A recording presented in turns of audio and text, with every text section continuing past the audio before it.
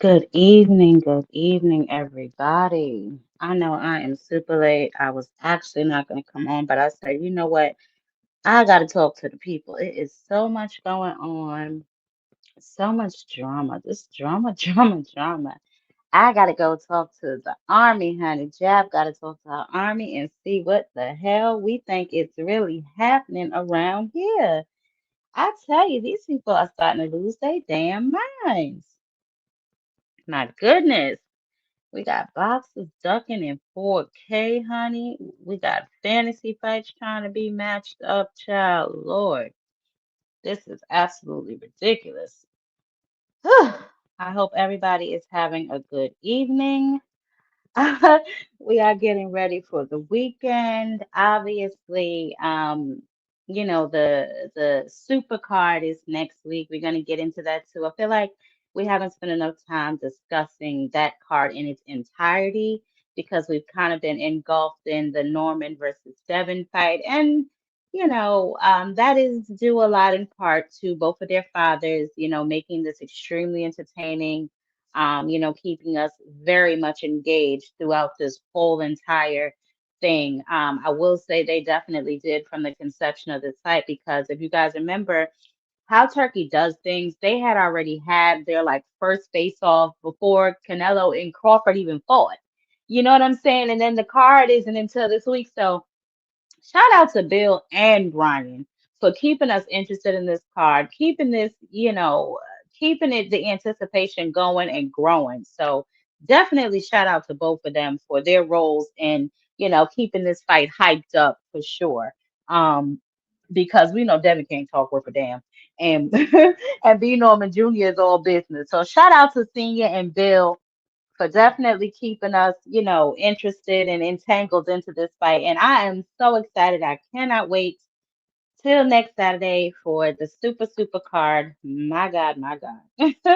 But as usual, we're just gonna get into some of the news that we have going on, some of the upcoming fights, what I band up, some of the upcoming fights that we have, and then we're gonna get into the show.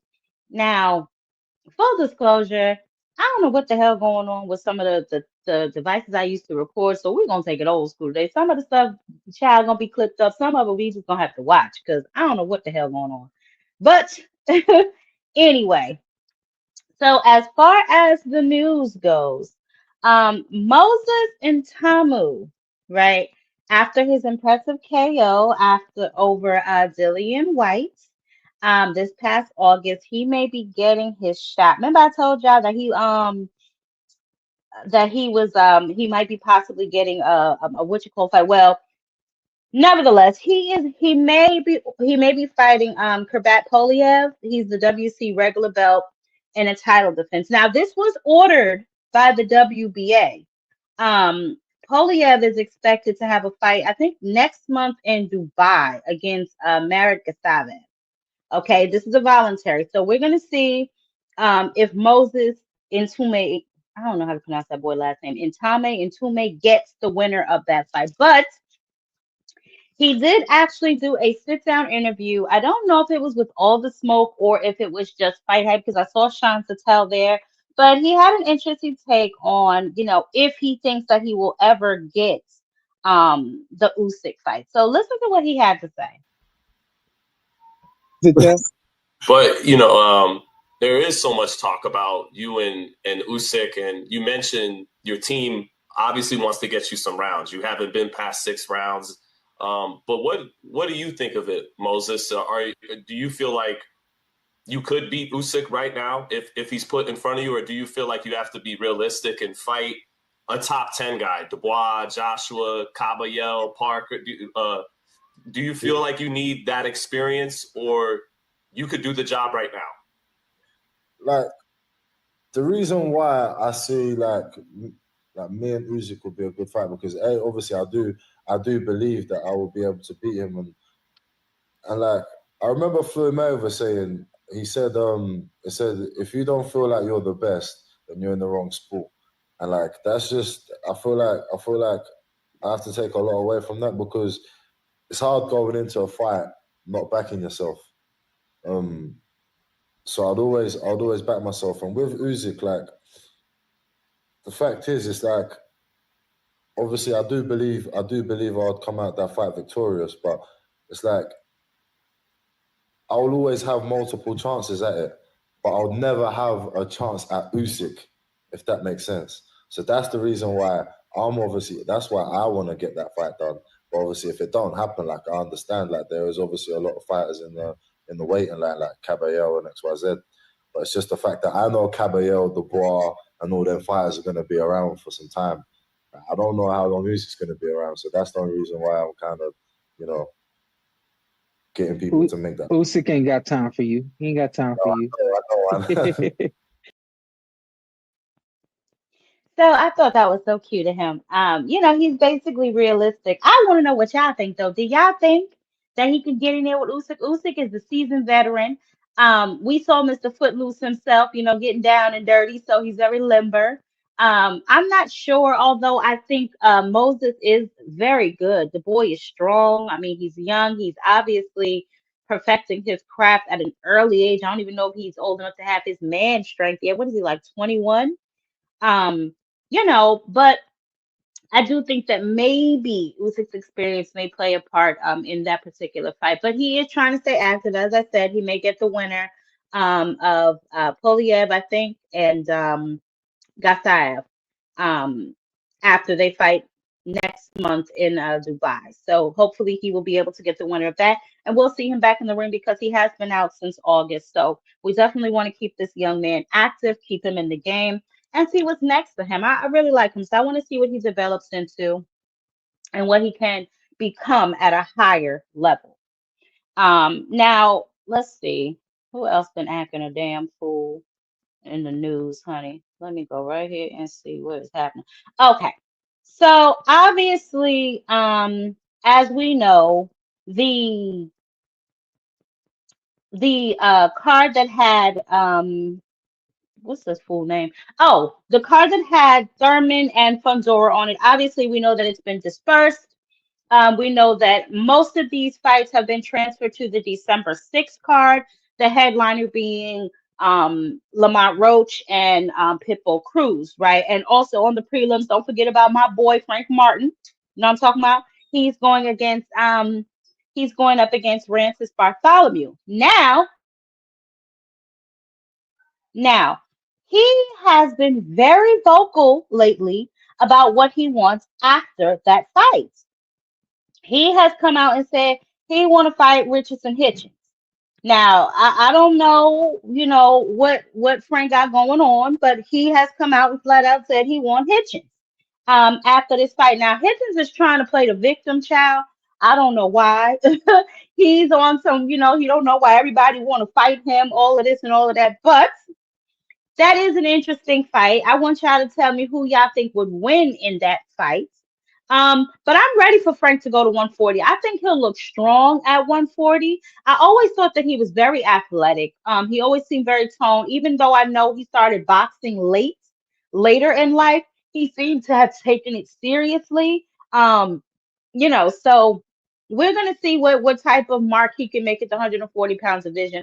I do have him winning his fight with Rancis. Although Rancis is a scrapper, so we'll see. But I listen, I said that about Lubin, y'all. So what the hell do I know? So I'm excited though to see Frank back in the ring. It's been a minute. Hopefully he's staying sharp. He's staying on his bully. You know what I mean? So hopefully after he gets past Rancis, he may need another one depending on how he looks in this particular fight. I want to see how his weight looks on him. I want to see how he moves around, see if there's any, a lot of ring rust on him. But if he can shake that off and, get in here in the mix and start to shake shit up, then hey, you know what I'm saying? I'm all for that.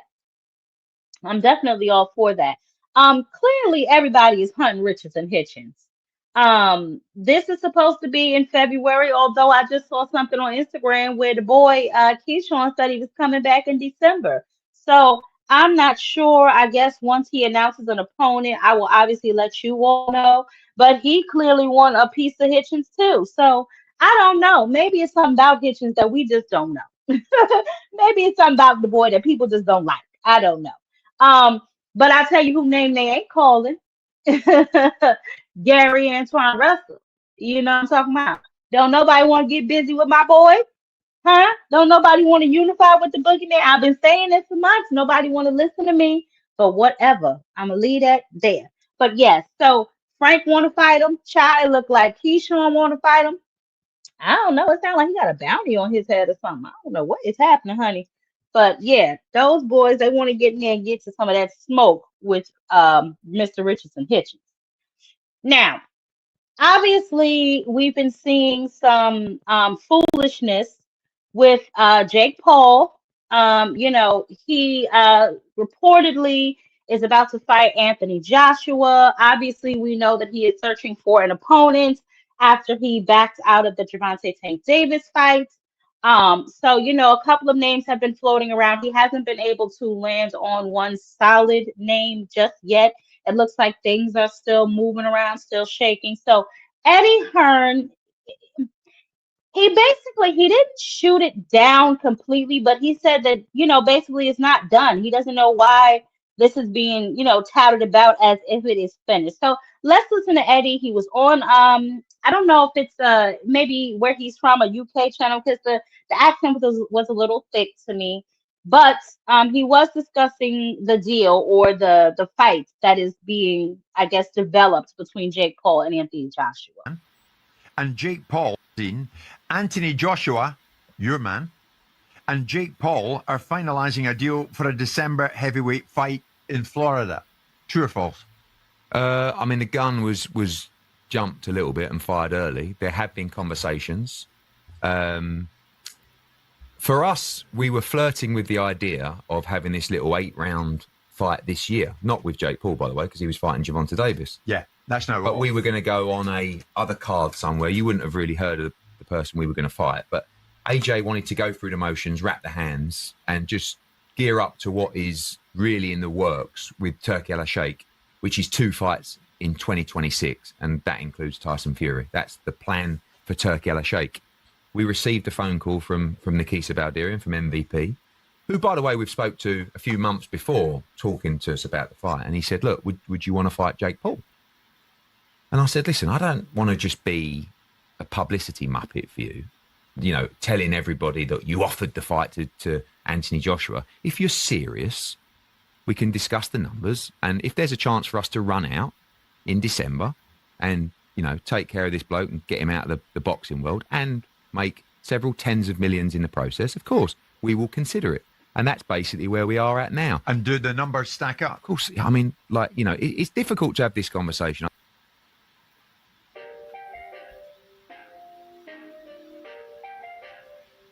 Maximize your... I think sometimes you just need to be as honest as possible. Should Jake Paul be fighting Anthony Joshua? No. Is he mad to do it? Yeah. Is there tens and tens and tens and tens of millions of dollars for Anthony Joshua to have an 8-round run out against Jake Paul? Yes. And that's why you're doing it. We're not doing it. We're considering it. And at the moment, there's work to be done. But could it happen? Yes, it could. So there's his answer. Okay. So we'll keep our ears open for this. Now, let me tell y'all something. Y'all know I don't care much for Jake Paul. But if Anthony Joshua can do as Eddie Hearn just said and get this bluff of the boxing, then I'm all for it. You know what I'm saying? To me, it's not going to draw as much of a crowd as it would have with obviously Gervonta Tank Davis. Although Anthony Joshua, obviously he is a notable name. If this fight gets made, I got Anthony Joshua whooping him out. But if we're being honest, I listen. Jake Paul is ranked, unfortunately, as a cruiserweight. I personally don't see him as a real boxer, but apparently that's what they telling me that he is. Okay. So whatever. Any fight with Jake Paul, I consider a circus fight just because I don't respect him as a boxer. As a promoter, he's second to none, in my opinion, when it comes to female boxing. But just as a boxer, whatever. I can take him or leave him, to be honest with you. Leave him is where I'm leaning towards, but it is what it is. before I get into the upcoming fights and what we really came here to talk about, y'all, let me just see who else involved through here. See what's going on with the people, honey. Make sure y'all smash the like button. Hey, Thomas, what's going on, D1? Anthony, Mr. Shell, Savage. Oh, hey, boo, what's up, Savage? How you doing? Stand up. We talked about that. I know, baby. We're gonna get into that in just a second, honey, because Chris Eubank has some things he wanna let y'all niggas know. Uh-huh. Yeah.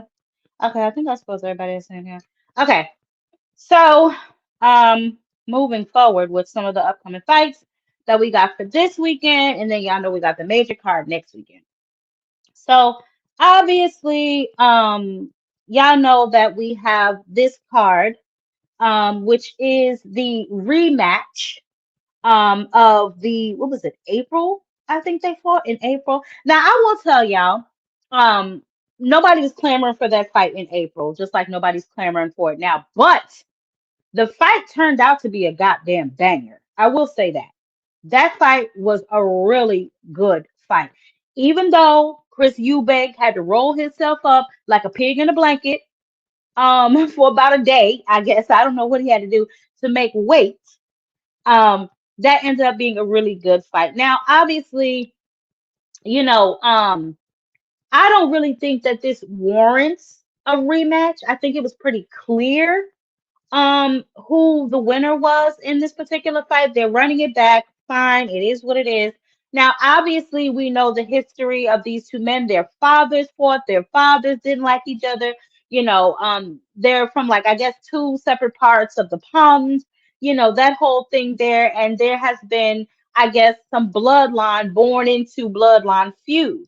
Now, apparently the Bens just won't let sleeping dogs lie, because this is a generational of Eubank ass whoopings, okay? Because Chris Eubank Sr.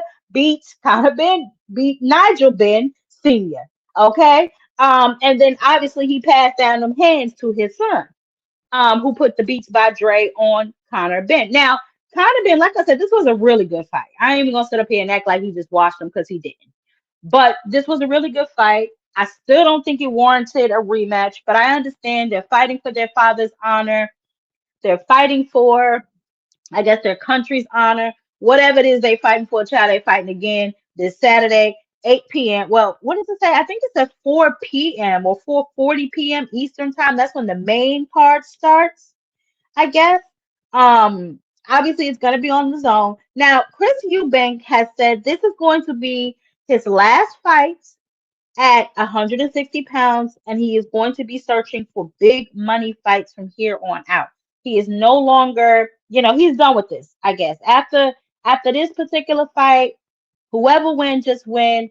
He's not, revisiting this anymore. He's just looking for big money fights moving forward after this particular fight. I guess he's trying to steal this. Listen, whoever win, goddamn it, just win. And he walking away, basically, from what I understood. Um, Basically what he has going on. He said he's not doing this.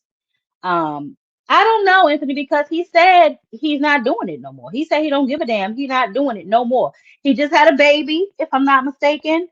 They welcomed their son, or his wife is pregnant. Something like that. I believe she's either pregnant or she just had their baby. He ain't trying to do this shit no more. Okay, that's what the brother said. Now, on this card, we do have some bangers.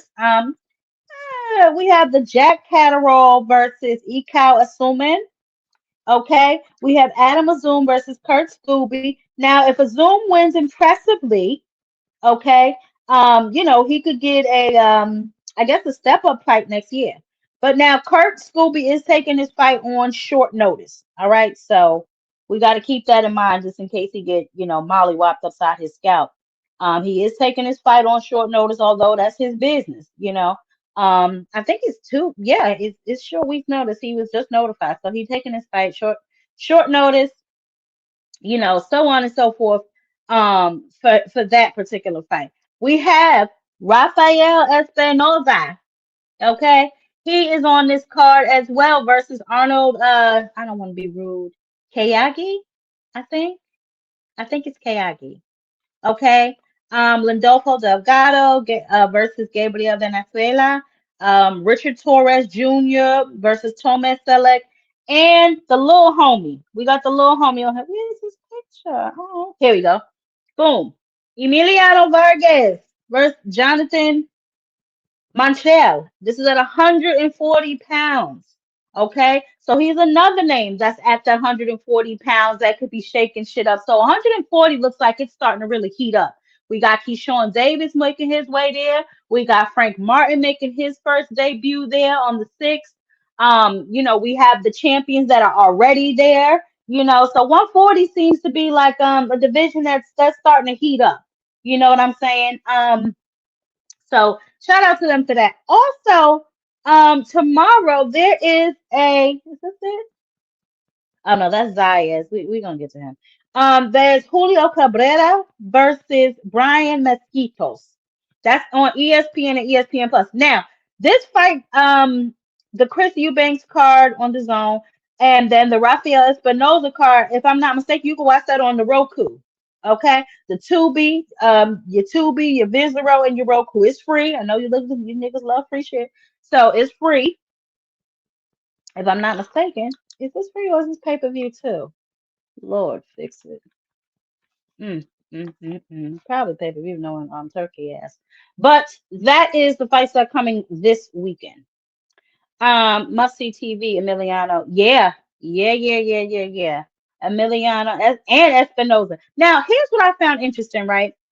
Now, if Espinoza wins and Oshaki wins, can they fight? I know it's a super featherweight and a featherweight, but I do remember Oshaki mentioning his name several times throughout interviews, and he was also saying that he could go up.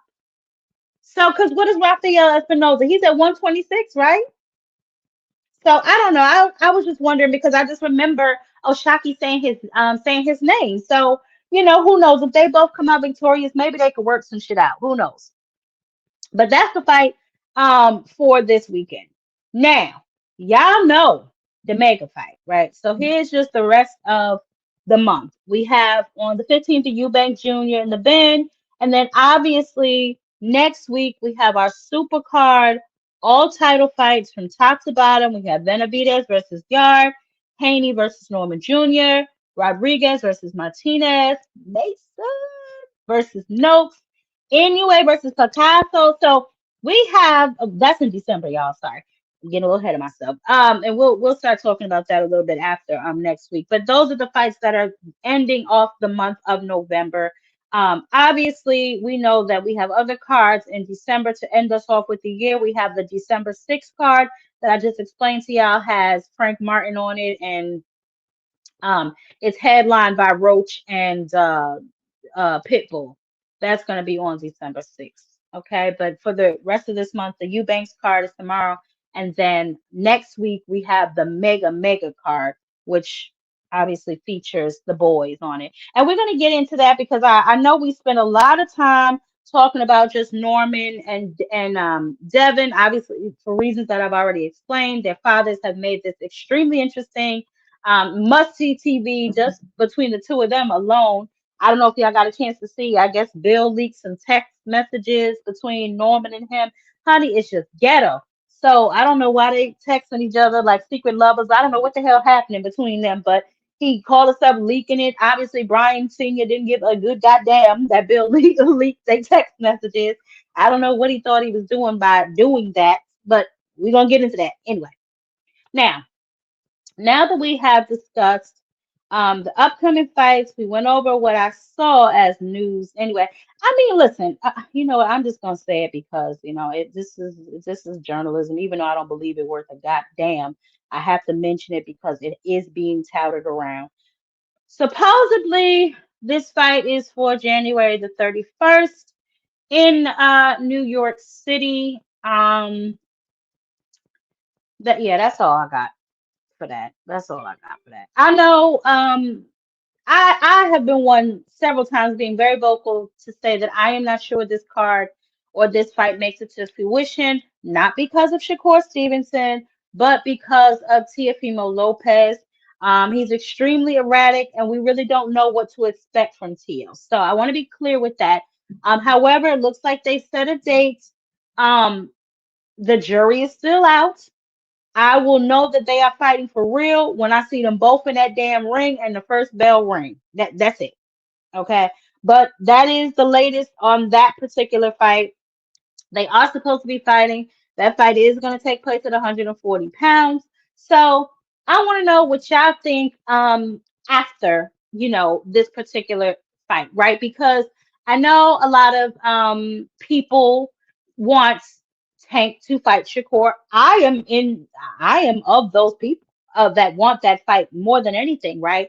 However, if that is not a fight that is available to Shakur Stevenson, do we recommend that he stays at 140? Because it appears that 140 looks to be where it's pretty active at right now. 135 pounds, the landscape there for somebody of his status, championship status, seems to be very slim.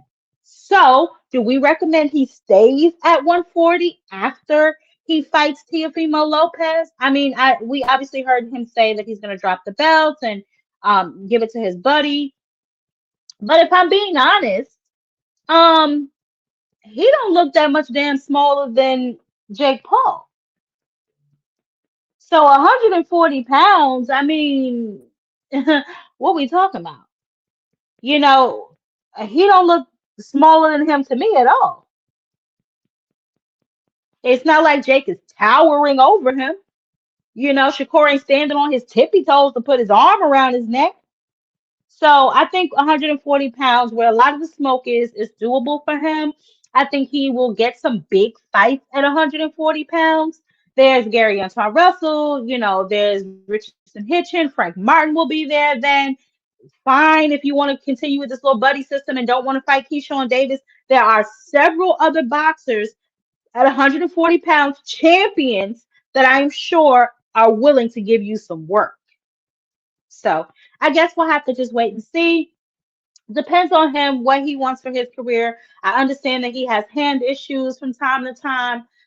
So, maybe he may want to stay 135. I don't know what he wants to do. But to me, it just would appear that 140 pounds would be where a lot of the wreck is that he claims he wants. So I don't know. But nevertheless, we're moving on. Um, Y'all, listen. I promise, I don't be setting out to do stuff like this. I really don't. When people, listen, my lives write themselves, guys. I swear for God they do. So obviously we know Clarissa Shields has received a $8 million check to partner with Wayne Records or Wine Records. I believe that's how you say that. Whatever. Wine Records, Win Records, whatever you want to call it. And Salida, right? Now she was on CBS, I guess, discussing her deal. So we're gonna play a little bit of that, and then we're gonna get into what else is going on. So hold on a second, because I gotta set it up for y'all. This girl is funny. But anyway, we're gonna move on. Let me get this up for y'all so we can talk about a little bit of this before we get into some real shit. I don't know about what she got going on, but it is news, I guess. So hold on. Not just the sports world, but the world at large. Yeah, listen, women in sports have been doing a lot the past couple of years with the WNBA, soccer, even in boxing. I'm not the only woman who's making money. Right. But to have this deal get done, I feel like, I'm getting my just due. I won 2 Olympic gold medals. I have 19 world championships right now. Come on now. And I think it's fitting to have this great deal come about. And this is a different talk from the time that me and you last spoke, Nate. Right. That's great. It's good to hear that. You have, how many fights do you have in this deal? It's a 2-year contract. A 2-year contract. Yeah. So you're getting $8 million over the next 2 years. And then but the best thing about this deal is it's the signing bonus, right? So before I step into the ring, I get a large amount. Before I see the 8 M's is just like the minimum. There's other stuff you get around that. So this deal is actually bigger than that. That's just the number that we decided to put out there because if you want to do the math, right? But that's just the Right. minimum. I That's got you. not I'm that's picking not up what you're everything. putting Are you planning Yeah. on treating yourself to anything in particular with this? Oh Lord, I haven't even let myself think about what I want to buy. You know, I feel like I want to do like so much charity first. Yeah. I already have 4 cars, 5 houses, 0. Ooh, okay. You know, I already got a whole lot of stuff. That's in my rap. Hey, I know. I heard it. I heard the bars. But I really want to just like get more into charity. I want to start hosting these groups. So, child, please. Okay, so obviously, she made a point to say that it was more than that, that, that was just a number that she threw out there, right? So obviously, some people were nitpicking with her. More importantly, one person in particular. Well, I'll be dang. Clarissa Shields trying to sue me? Little old punch run boxing. Clarissa Shields is trying to sue me. For what? What I? Now, I'm not going to play the whole thing because I find him repulsive, but obviously, he made another video stating that, he didn't believe that the $8 million was real. Obviously, you saw from what she posted underneath his video that she will be taking legal action against him for, I guess, spreading that false narrative about her deal being fake, not real, whatever the case may be, whatever have you. Now, I will say this, the 2-year deal for $8 million also includes not just boxing, but it also includes rap, I'm assuming. And I believe that Papoose is a part of the record company that signed her to that deal. They have I guess, a joint partnership now with Salida. I guess he brought her to the table and made sure that his boo got paid. So shout out to her with that $8 million with Salida Promotions. Yet her next opponent remains unclear to us. But I do remember us talking specifically about Shadeja Green, right? Shadeja Green was on another platform the other day, and I don't know about y'all, but I always had questions as to what their issue was, right? Why Clarissa and her kind of fell out or just were not, any longer getting along. So I do have that, and I am going to bring that up because I thought it was very interesting the reason that she said that they kind of fell out. Now, I believe it just because, as we've seen lately, Clarissa's a little sensitive. As you can tell, I'm curtailing my words because I don't want to get sued. So she's a little sensitive. But here's what Shadeja had to say about the situation that took place between the two of them. You on the Olympic team now? Yes, sir. I'm on the USA team. And at that time, my Olympics was the 2016 World Champions, AIBA World Champions in Kazakhstan. In Kazakhstan. Yep. Looking for an easier way to get that LLC next to your business name? Say hello to Taylor Brands. Just go to their site. Yep. And with that, you were in the gold medal match and you lost. Yes. Yes, I fought 4 times in a row, every single day. That's crazy. Clarissa medal. Now, I went from fighting once and twice, maybe once or twice a year, to fighting 4 times every day. Now, I had a tough outing against Russia. I was concussed after, hyperextended elbow. Russia was really tough. Russia was, she wasn't even as heavy as a heavyweight, but she really gave me a welcome to, this is the AIBA World Championships.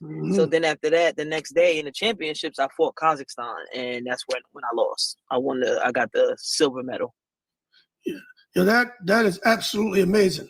So now during this time, I want to make sure that I'm letting you know, man, that we're rooting for you. You know what I'm saying? Thank you. Your story is inspiring. So you get done with that, but during this time, you're friends with Franchon Cruz and Clarissa, or just more Clarissa? Me and Clarissa are we're rooming together. Okay. So me and Franchon, we was cool. We was okay, but I'm rooming with Clarissa. And at that time I had been down to the Olympic Center quite a few times now. And I remember flying out, and there was the whole team was there, and they like, wait till you see this. Wait till you see this. So as soon as I got off the plane, jet lagging on, me and Clarissa got sparring. and we lit up the place. We lit up the place, and we were so like we were roommates. We was good friends. She stopped talking to me for like a day. And she was saying to me like, and then when she got me back, because I'm not gonna say it was just one-sided, it was back and forth. It was great work. Now this is just with 5 or 6 fights. So when she got me back, she was like, you know what, Shay, I don't know who better, but I couldn't believe you hit me. You hit me, and I'm like, champ, it's all right. And now when she touched me up, we was all right again. But we was close friends. We shared a lot of time together. We shared some of her stories and what she'd been through. We had a really, really great friendship. It was a close friendship. Right. Now, my understanding is during that time, she may have been helping you out a little bit financially, or did that come after she turned pro? No. I think she had, when I tried to go back to the Nationals again, she definitely donated to my GoFundMe that I had through. She was there emotionally, but I never leaned on her there was no more other different financial support prior to just her donating to, me making that second trip to the Nationals. When I would come up and she turned pro, she would offer me to come to camp for sparring, and being at the work was so good. I couldn't fix myself to say, hey, champ, are you going to pay me if I come out for sparring? Now you're pro. And that's how it goes. I couldn't do that. Right. I'm saying the gold medalist, she wants me to come out because she's also helping me. But at the time, I had a family and a full-time job that if I fly out for a week, I'm going to need some sort of compensation to come back and be able to pay and provide for my bills. I just didn't have the heart to do that to her. Right. Till this day, that's why we're beefing, because of the next turn after this. I just couldn't ask her. I couldn't ask her for money, especially when she was offering me work too. Right. And that's what I came across an article in. I was like, that may be where some of this drama came from, at least really from Clarissa Shields' side. It said that you went to spar someone who was going to fight her, and basically you got paid, and she just felt like, yo, what's the loyalty? How could you do that to me? And I listened to you. I could tell you're a loyal person, and that you struggle with that decision a little bit of what it sounds like, but it's something that it was a win-win for you, where you go get some work, you get some money, and she didn't understand that it's just business. You're not trying to help somebody beat her, but you had to do what you had to do. Right. And that's exactly the sentiment. I regretted that for so many years, like I wish we could have talked about it. It was Christina Hammer. So it was one of her big, Christina Hammer was her at the time. I had no problem asking a foreigner to help with hey, okay, you're gonna pay me $700, you're gonna pay for airfare and my lodging. I'm comfortable with that. And in return, Christina just tried to get, she wanted me to pay her to help me with Savannah Marshall. So it's a thing. Now, I never posted it. That's when Instagram and social media came out. I didn't post it. I didn't do any of those things. And I don't know if you know of a Kendall Holt. I know you follow. Yeah, Kendall Holt. Yeah, he's knocked people out. His father is my head trainer. That's who started me. Oh. Kendall Holt, has always been a mentor. But Kendall Holt always Kendall Holt. You don't know what he means by why he does what he does, but he hits Clarissa up and say, how you feel about Shadeja Green going to Christina Hammer camp? Oh. And then she looks on my page and she's like, how could you? I can't believe you. But it's her fight week. So I'm like, champ, I ain't mean nothing by it, And honestly, when I go out there, I'm trying to test myself to see if I'm really ready to be a pro and how I'm gonna do against her. And it was like crazy. I'm like, yeah, I'm supposed to be on this level. So if I put myself in her shoes, I understand. I understand. Right. So you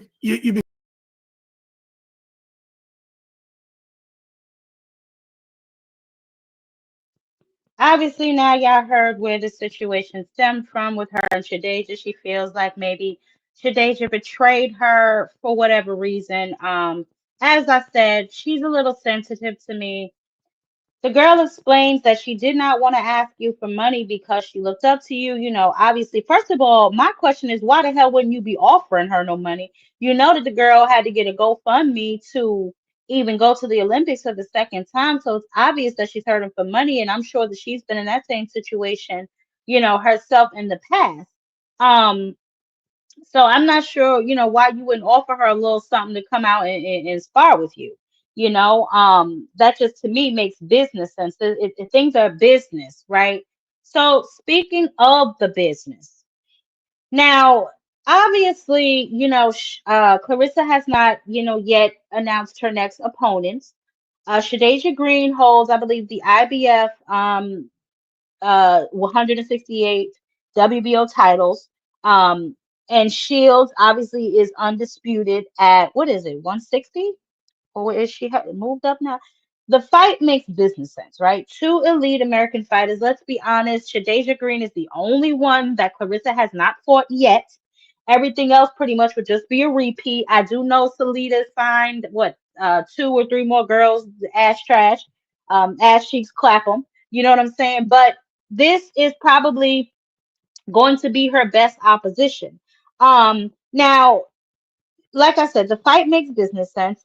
It would be a legitimate title implication, obviously, but negotiations, for this particular fight, I haven't heard anything else about it. You know what I'm saying? Um, they continue possibly, but both of these fighters can be active somewhere else instead of being in limbo, right? So this is obviously a pattern, what I'm saying, that we're seeing emerge now in boxing. Elite matchups that should happen immediately, they kind of get stuck in negotiation limbo, or just, people posturing, all this other kind of goofy nigga nonsense, right?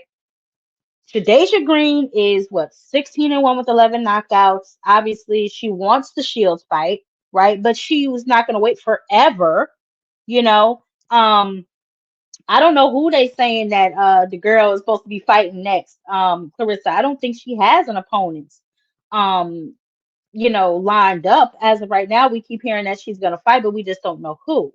I don't know. I think I heard something like Michaela Mayer, although I'm not sure that that's 100% correct. The delay pattern connects directly to our main story of tonight. Okay. Now let me tell y'all something. This is just some ignorant nigga shit here that we are tired of seeing. I don't know about y'all, but mother is tired. Okay. Mother is tired. Now, before we get into these fools, we're going to go into obviously the stat card of next week. Okay. Now, just a few things about this damn card. I want to get to the Turkey Al Sheikh hypocrisy is what I want to talk about. And I think y'all know what I mean when I say the Turkey Al Sheikh hypocrisy. Is it just me, or did that fool tell us that he will no longer be charging for pay-per-views? I got the clip. I mean, if I need to play it, I'll play it. But I just figured we all was on the same damn page, right? So okay. Next week's card is what? They're charging for Conor Ben too, right? Let me see. Let me make sure. I believe it's Conor Ben too. It's $59.99. No, they don't lost their goddamn mind. $59.99, right, on pay-per-view. And the November 22nd card in Saudi Arabia is also pay-per-view. This directly contradicts Turkey Al Sheikh's statement. What is this? November that he made last month, okay? Mandating that all the Riyadh seasons and the ring events will be free through the Ring Pass, which was supposed to have started this month. Now, same month, completely opposite business model. Now, Turkey Al Sheikh claimed that pay-per-view is damaging boxing accessibility and growth. And y'all know he says the piracy, the stealing of the fights, and all that other kind of dead jazz that he done came up with. However, he continues to charge, and he lied and said, let me pull this damn video up. He lied and said that it wasn't him that said that. Now, we all know that Turkey's full of shit, right? We know that. Because he absolutely said he wasn't going to be charging pay-per-view anymore because of the piracy. He wanted people to be able to just enjoy the damn show. If I'm not mistaken, this is what the brother said. Right? This is what he told us. Now, I don't know what free means in Saudi Arabia, but I know what the hell free means in America. Free mean goddamn free. So let me see if it'll come up now because I removed some of the stuff here just to put a refresher in our minds because I definitely remember him saying this. I believe he said it twice too. First he said it was going to be $25 or something like that, and then he said it was going to be free. So I'm just not sure what's going on with this fool. Let me see. Yeah, it's still not letting me pull it up. It's like I got too many files in here. Whatever. But I do remember him specifically saying that he wasn't going to be doing that any further. Now, those fights he's absolutely charging us for this week, and if I'm not mistaken, the Anthony Yard fight is also going to be under behind a paywall. So it's obvious that this is not him being honest. What's going on, Jesse's like, y'all make sure y'all smash that like button when y'all come through the door. Okay, so the venue obviously we know is over there in Saudi Arabia. Um, I'm trying to remember if it's going to be the same place that they had the February 22nd card. I'm trying to remember what the place that was, but um, so let's start with this card, right? The content versus the access, so to speak, right? Now, the first Eubank Jr. versus Conor Ben card that took place in what was that, March, April? Now that shit, like I said, that fight turned out to be pretty good. Okay. We didn't expect it to be that good. I didn't expect it to be that good, being honest with you. But the shit turned out to be pretty good. Like I said, I don't think it warranted a rematch. What so damn ever. There was really no demand outside of I guess the families wanting to know who's really the best when they don't already prove they don't, it's a bloodline of ass whooping. I just said that. But nevertheless. So that fight took place. They did pretty good. I believe they did okay for that fight. And the UK is always going to come out for them. They're always going to come out, right?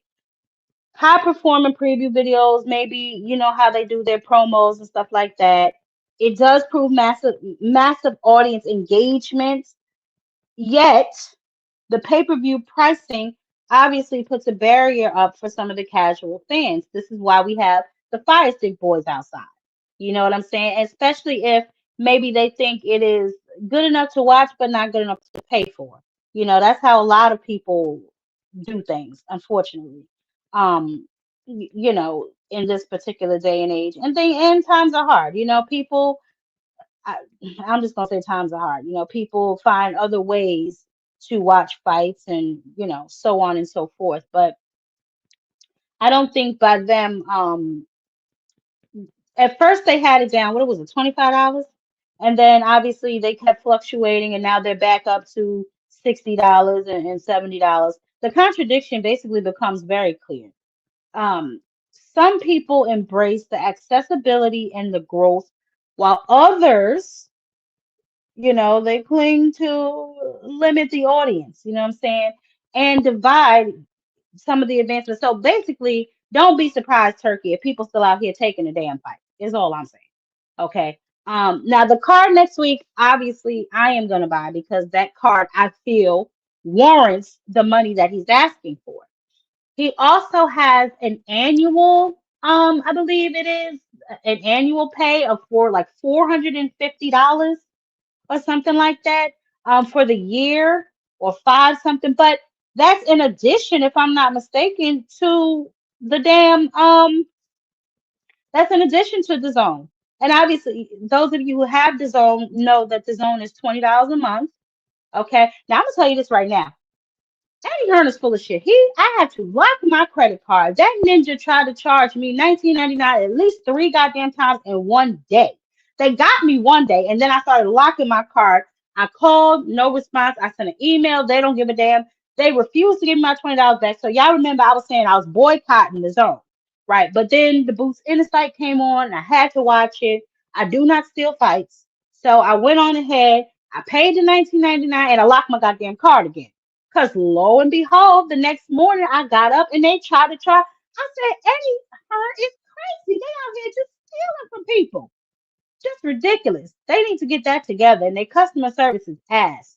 So I don't know what they got going on. But nevertheless, They charge for fights that don't need to be charged. We got these fights that need to be made that are not getting made. Here we go. Here goes Ninja. I know I will find it. But we have fights that we need to be discussing, that we need to be getting made, that just are not being made. Now, we're going to get into that for a minute, but I want to remind y'all of this. This is Mike Coppinger with The Ring, and we are here in London for the Alexander Usyk-Daniel Dubois Ring Magazine heavyweight title fight. And I'm here with Rick Reno, CEO of The Ring Magazine, and of course, His Excellency Turki Al-Sheikh. We're coming off the big news today that pay-per-views going forward are going to be free, available to the Zone subscribers. Turki, why did you decide to make this move, and what led to it? First of all, you need to understand what happened. First of all, the pay-per-view is damaged in the last 10 years with the piracy, with the internet everywhere, with the piracy, the main things, and the VPN. For that, if you see as that doesn't mean we don't want the money back. Now you hear this nigga? Do you hear him? It's going to be free because of the piracy, man. The piracy, man. But yet you turn around and you charge me $59.99 for this fight, $59.99 for this fight. Now don't get me wrong. As I said, I'm going to pay for next week's fight because that entire card has nothing but title fights, and everybody on that card is hot like fish grease. Okay? That is hands down the best card. Okay? From top to bottom. However, it completely contradicts what you previously told us, that you would no longer be charging for pay-per-views. Then you lied and said that you weren't the one who said that. Well, I just played it. You were absolutely the person who said that, bruh. This is not no damn Men in Black look at the white light and we forget every goddamn thing that happened. No, we heard you and we remember. So this is why people are upset with Turki Al-Sheikh, whatever the hell his name is. And this is why people, as I just said, the Five Stink Boys are still outside and probably going to remain outside because he lies and he tries to swindle people out of money. I want my goddamn $19.99 back. And it ain't about the goddamn $20, the Zone. It's about the principle. Y'all double charged me. And when anyway, I'm going off on a tangent. Never mind, right? That brings me to my next point that I was trying to make before I done got lost on the sauce. My bad, y'all. The point I'm trying to make is you're charging us pay-per-views for fights that we do not want, for fights that we don't give a good goddamn about. Now, the $450, as I said before, is for like a yearly thing, but you still have to pay for the Zone. So it's in addition to that, right? And you can get it like you can pay monthly, I guess, or you can buy the year thing. Either way, it's still $450 a year annually, plus tax and all that other kind of crap. It rounds up to about $450. I think it was like $447, $448 or something like that. I don't know what the hell happened to that graph up there because I had the math down. Anyway, it roughly over $400. I know that damn much for the year, right? If you get that little package included with the Zone that includes some of the pay-per-views, if I'm not mistaken, but not all of them. So, you know, listen, honey, I don't know. But this brings us to our main topic. And I'm going to start here, and then I'm going to open up the panel because this is still a hot button topic. I need to know, I could not find the very, very original of this guy talking because I was trying to go all the way back to the beginning because that's the only way we can understand how we got to where we are. But I'm gonna let Roy tell you what he thinks because I second my man's opinion. Roy, are we getting this fight with Jerron Boots in his next? I don't see nowhere in the world that you go off and you actually told Boots to come up here. You called Boots up there. You understand? Yeah. So all that you talk about in that post-fight press conference, don't nobody want to hear that. You told the nation when they could see it. Because see, a lot of people couldn't see the post-fight press conference. But people saw the interview right after the fight. You told us that the man already told you, hey, it's time. You told us that's what was next. If you avoid that and don't do that, you're going to lose a lot of respect from a lot of people. And I might be one of them. Because you acted like... You talking about Virgil Ortiz. You better believe it. You act like you was up for the challenge. Everybody knows that like Boots said, it's time for him. Everybody wants to see Boots against a real opponent. Virgil, you're peaked right now.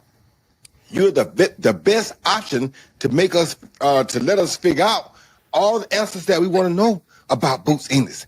And you're gonna go say about Earl Spence and somebody else? We don't want to hear that. I definitely don't want to hear that. You told us on national TV after the fight that you wanted to do exactly what that man said. That man told you, well, that's what I want to see. I don't want to see you do nothing else right now. You can come back and go to Earl later. You can come back and go to Crawford later if Crawford chooses to do that. But what I want to see right now is the two best dream of the weights on the horizon fight. It's two undefeated guys who are equal. Don't run from that smoke, bruh. Don't run from that smoke. Let's make that. God damn it, you heard him. Roy Jones Jr. for president, god damn it. Now listen, we have finally reached boxing's biggest scandal of 2025 in my eyes.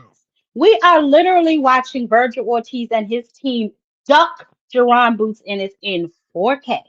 Okay? November 8th, Ortiz defeated Erickson Lubin in impressive fashion. Round 2, knockout. Lubin was out on his damn feet. Okay? The boy ain't have no smoke for him. I thought he would at least pinch the nigga. All right, but he didn't seem to do so. He went into a high guard, went up against the ropes. Why he did that, mother will never know, honey. Take it up with Jesus. I don't know. But after that 20 minutes or 3 seconds, whatever the hell you want to call it, first of all, we seen the homie, you know what I'm saying? They showed Boots Ennis. He actually was there. They said, he said he wasn't going to make it. Obviously, maybe he thought he wasn't. Maybe that was his attempt to troll. Nevertheless, okay, he arrived. Okay, he arrived. Virgil was made aware that he was there. Virgil Ortiz then said, so that you answer the question. Is this the fight that you want next? Virgil Ortiz against Jerron Boots Ennis. I think this is the fight that has to happen, man. I think this is it. It's the best fight in boxing. I think he did a great job. He looked good. But I'm going to show the world why I'm the best in the world. And I'm going to show his team. They've been talking all crazy. They've been talking crazy. And I'm going to back it up, and I'm going to show the world why I'm the best in the world. But like I said, but no one's been talking crazy, bro. Your dad is the first one that said that I was ducking. It's on video. It is on video that he said we ducked and we didn't get no offer. It don't matter. The time is now. It's that time. Let's get this money and let's make this fight happen. It does matter because you said that we're the ones talking. We're not the ones talking. Oh, we started talking after you guys started talking. It's retaliation. It's retaliation. Your manager's talking all crazy. Oscar's talking crazy. It's the time, and I'll make you pay for everything they saying. Straight like that. Ain't nobody's gonna pay over here. I'll make you pay. No, you're not. No, you're not. I guarantee you. And we can bet whatever. I guarantee you. I don't want to take your money away, bro. I'm not betting. You ain't gonna take nothing. Nah. You ain't gonna take nothing. I guarantee you. We can bet any amount of money. When we fight, I guarantee you, I'm gonna win. I don't bet, but don't make any promises you can't keep, bro. I'm gonna make every promise, and I'm gonna keep it straight like that. You're a great fighter. You look tremendous, but I'm gonna show the world I'm the best in the world. I got something for you. You got a yes for me? I got a yes right now. Hey Eddie, where the papers at? Hey, where the papers at, Eddie? All right, two of the biggest stars in U.S. boxing, two of the best at 154 pounds, ready to go next year.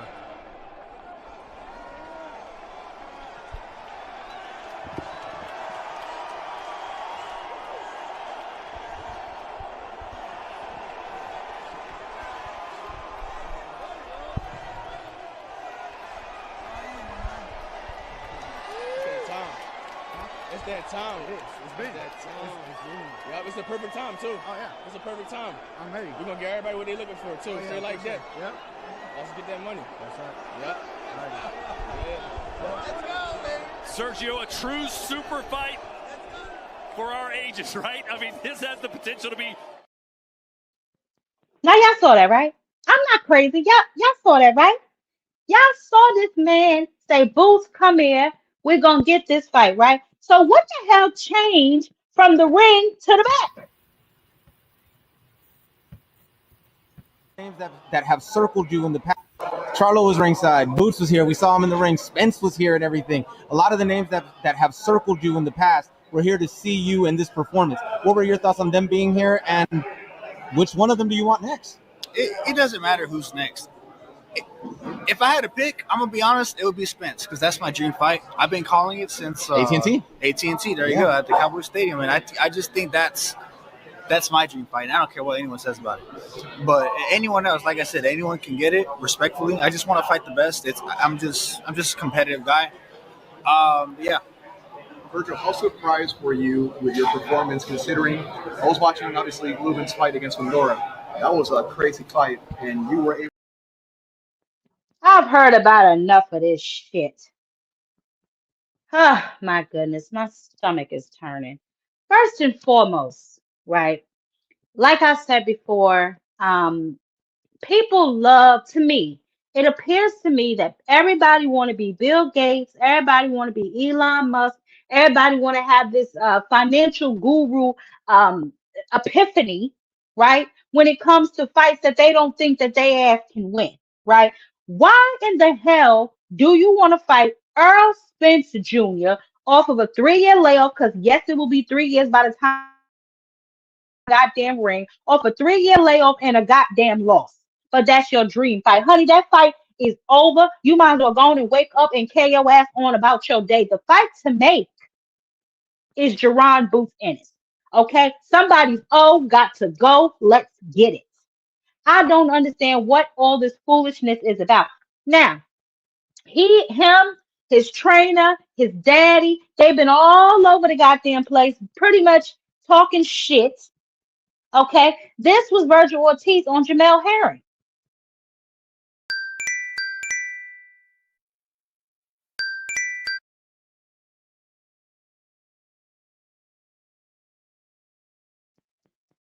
What the hell? Hold on.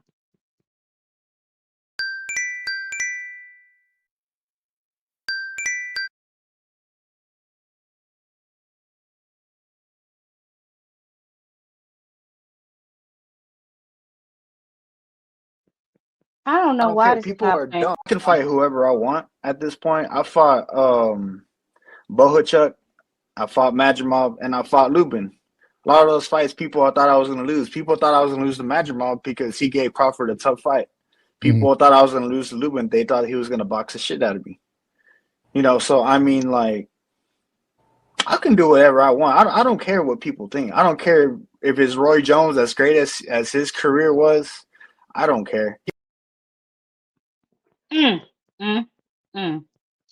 This is what you call ducking in 4K. Ducking in 4K. Let me see what y'all over here talking about in the chat. Oh, look. The fan club. Hey, sweetie, super sticker. I appreciate you. $1.99. I appreciate Big Dog Willie. Where you been at, baby? There he go. Hello, Tankamaniacs. Is it true you guys think Tank and Kale ain't? Is it true you guys think Tank can KO Shakur Stevenson? Wellness check for the Tankamaniacs after the Jake Paul back. I'm praying for you. Well, thank you so much, Big Dog Willie. But Jesus ain't checking for you, honey. Back to what I was saying. This nigga is literally ducking in 4K. Now, somebody explain to me what happened from the time in the ring where he said, Boots, come over here. We're going to get this fight. Boots said it's time. You said, yeah, it's past the time. All this other there foolishness, right? And then in the back, you say your dream fight is Earl Spence. Then you go on, I forget his damn name, Jamel Herring's show, and you talk about something. You can fight whoever you want to fight. You want to fight this one. You want to fight that one. I don't understand this. What is the holdup? What is the problem? This is what I'm talking about. By the end of the stream, he was saying Boots, and then next day we're talking crazy in the chat to Virgil. Yeah, I saw that. I saw that. I saw that. They was cooking his ass, and he was saying he didn't care. Because everybody knows it's a bundle of bullshit. Okay, Eddie Hearn has repeatedly said that this is the fight that they want. This is the fight that the zone wants. So I'm not really sure what the situation is or what the holdup is. Now, I do know Oscar, believes for whatever reason that they will be the A side. I don't know how. I know a lot of people believe that. I would love to know how. I really just don't get that. I mean, if somebody can explain that to me, I'd love that because I'm not sure how Virgil would be the A side in that particular situation. Um, Neither one of them are champions at 154 pounds, although Boots was at least a champion prior to moving up to 154 pounds. But if I'm not mistaken, Virgil has never been a champion, a full, real champion in any weight class that he's been in. Not to say that Virgil Ortiz is not a good fighter. I don't want anybody to misunderstand me because I absolutely think that Virgil Ortiz will be a good fight for Jerron Boots Ennis, although I see Jerron Boots Ennis coming out victorious at the end of that fight. However, this is absolutely ridiculous. This is absolutely ridiculous for your team, for your father, your manager, all of these guys to be saying. Matter of fact, hold on a second, because somebody else shared my sentiments exactly. But I just don't understand how it is that we've been waiting for this fight since 147 pounds, right? We have had everybody running around here calling Jerron Boots Ennis a duck, right? Saying that he's scared of Virgil Ortiz. You know, he don't want to fight him. But now all of a sudden you have this man, and then people tell me it's nervous energy. Can somebody explain to me how the hell you got nervous energy getting on a goddamn plane, flying halfway from Philly all the way to goddamn Texas, getting in a ring to face a man to corner him, basically face to goddamn face in front of the whole world, and you scared? What the hell is Jerron Boots Ennis got to be scared of? He took his ass over there. The time to be scared would have been before you packed your bags and get on that plane, homie. He's not the one that looks scared to me. Virgil looked like his ass is in there chewing on rocks. But I digress, child. So obviously, there are a lot of people that are upset with the situation. So hold on a second, because the homie GHP TV, he had some things that he wanted to say, and I share his sentiments, by the way, because they have been talking crazy and they have been saying shit that they ain't got no business saying. So hold on, let's see what Greg talking about over here. Let's see what he's talking about. Let's see. The night of Lubin versus Ortiz, Jerron Ennis and Jermell Charlo will come face to face. Right. Shit with Eddie Hearn. Right. And Charlo said that, you know, Eddie knows who to call, that he's a bad motherfucker and this and that. Right. And Boots tells him, stay by your phone. What's your thoughts on the interaction? I told you 3-4 years ago, I love that fight. That's one of the better fights. I would love it more if Charlo get in there with somebody, shake the dust off. That way there's no excuses. And then him and Boots lock ass. I love that fight. That's one of my favorite fights. That'll be one of my favorite fucking fights. Everybody was kind of going crazy, Jay. Yeah. Because people felt like Boots looked like he was bigger than Charlo. Yeah. What'd you think of that? I think Charlo is a little taller for sure. But just fuck the height differences and all that. Who bigger? That's a great fucking fight. Let's make the fight. You know what I'm saying? But let's make the fight after we take care of Virgil. Take care of Virgil, then get Jermell. Let Jermell do what he's doing, and then bring it together. I love Jermell Charlo energy. I love his energy. I love that he down to fight Boots. Because guess what? Jermell could be. Here's the thing. Jermell got more say than all of them, because Jermell was undisputed and only lost his titles because he went to fight Canelo. So for real, Jermell got more say than all of them. But Jermell a dog, and he like, man, we can rumble. So you would rather Jermell carry it like how Virgil and his team is carrying it? No, not saying not rather, but you saying I would that accept it. That he has that kind of cash. He has that. He has the big wins. He's made the money. You know what I'm saying? He's been in the with shit. He's been in with everybody. He fucking that little saga he had with Tony Harrison. That was great. That was great for boxing. Lost to him, come back and stop him and get your shit back. You know what I'm saying? That was great for boxing. And didn't he fight him in Detroit the second time? Didn't he fight him up there? I don't know. I gotta check. I think the second fight they fought in Detroit or some shit. Come on, bro. Come on. Jermell the only one at 54 that can talk hot. Nobody else can't talk hot like that. You know what I'm saying? And Jermell's still willing to fight. And Jermell with his age could be like, man, I ain't fucking with them young boys. He's down to fight. So come on. But I want that Virgil fight first, and then we holler at Mel. You think that they could try to use the Jermell fight as as a justification for them fighting Spence? Bro, that's you already said that's what they tried to put him and then try to make it the undercard. Yeah, Boots and Jamel don't need to be on That ain't nobody no undercard fight. That's You a out your Ve- fucking That's a mind. Vegas fight or Charlo shit, Houston, What? Atlanta. I like that in Atlanta. If you want to be neutral, Yeah, I like it in Atlanta. Put Jamel and Boots in Atlanta, and then them two. You know what I mean? And y'all can fight on Friday and let them fight on Saturday. You know what I mean?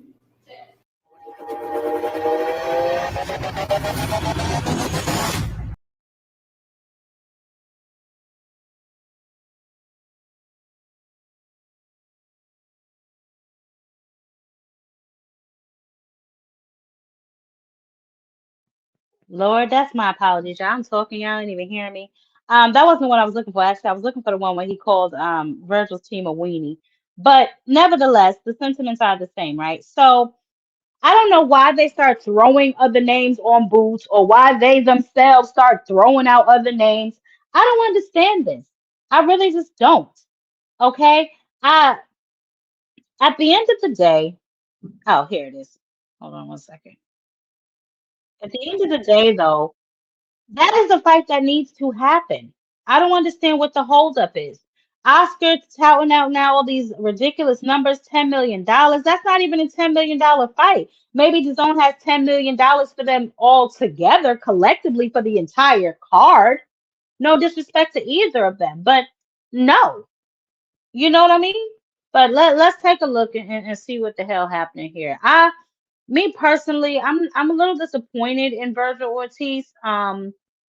Obviously, not to say that, he obviously has to do what's best for him business wise, but I just wish sometimes that these guys wouldn't be so worried about the business when it comes to somebody that they don't think they could beat. Because that seems to be the only time that they're worrying about business.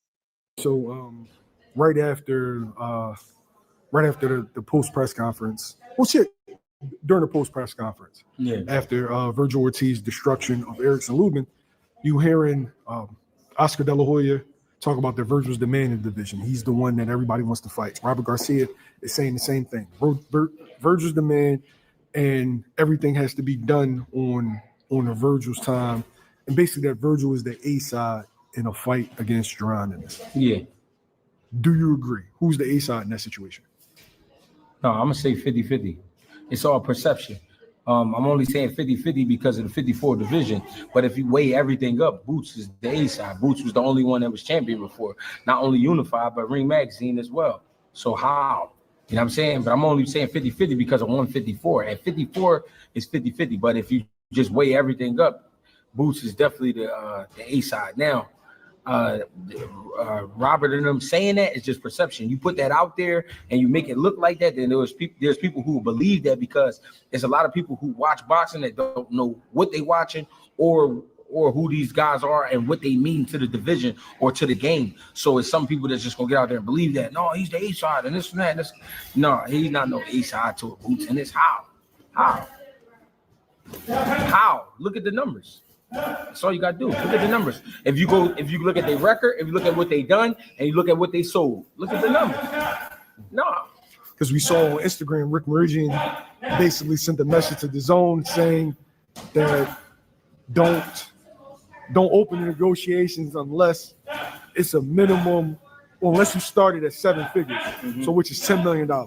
Yeah, and so it seems like they're pushing for that Virgil to be able to dictate the terms in the Duran in this negotiation. He's gonna fuck up a lot of money for Virgil. I'm gonna say that. They're gonna fuck up a lot of money for Virgil.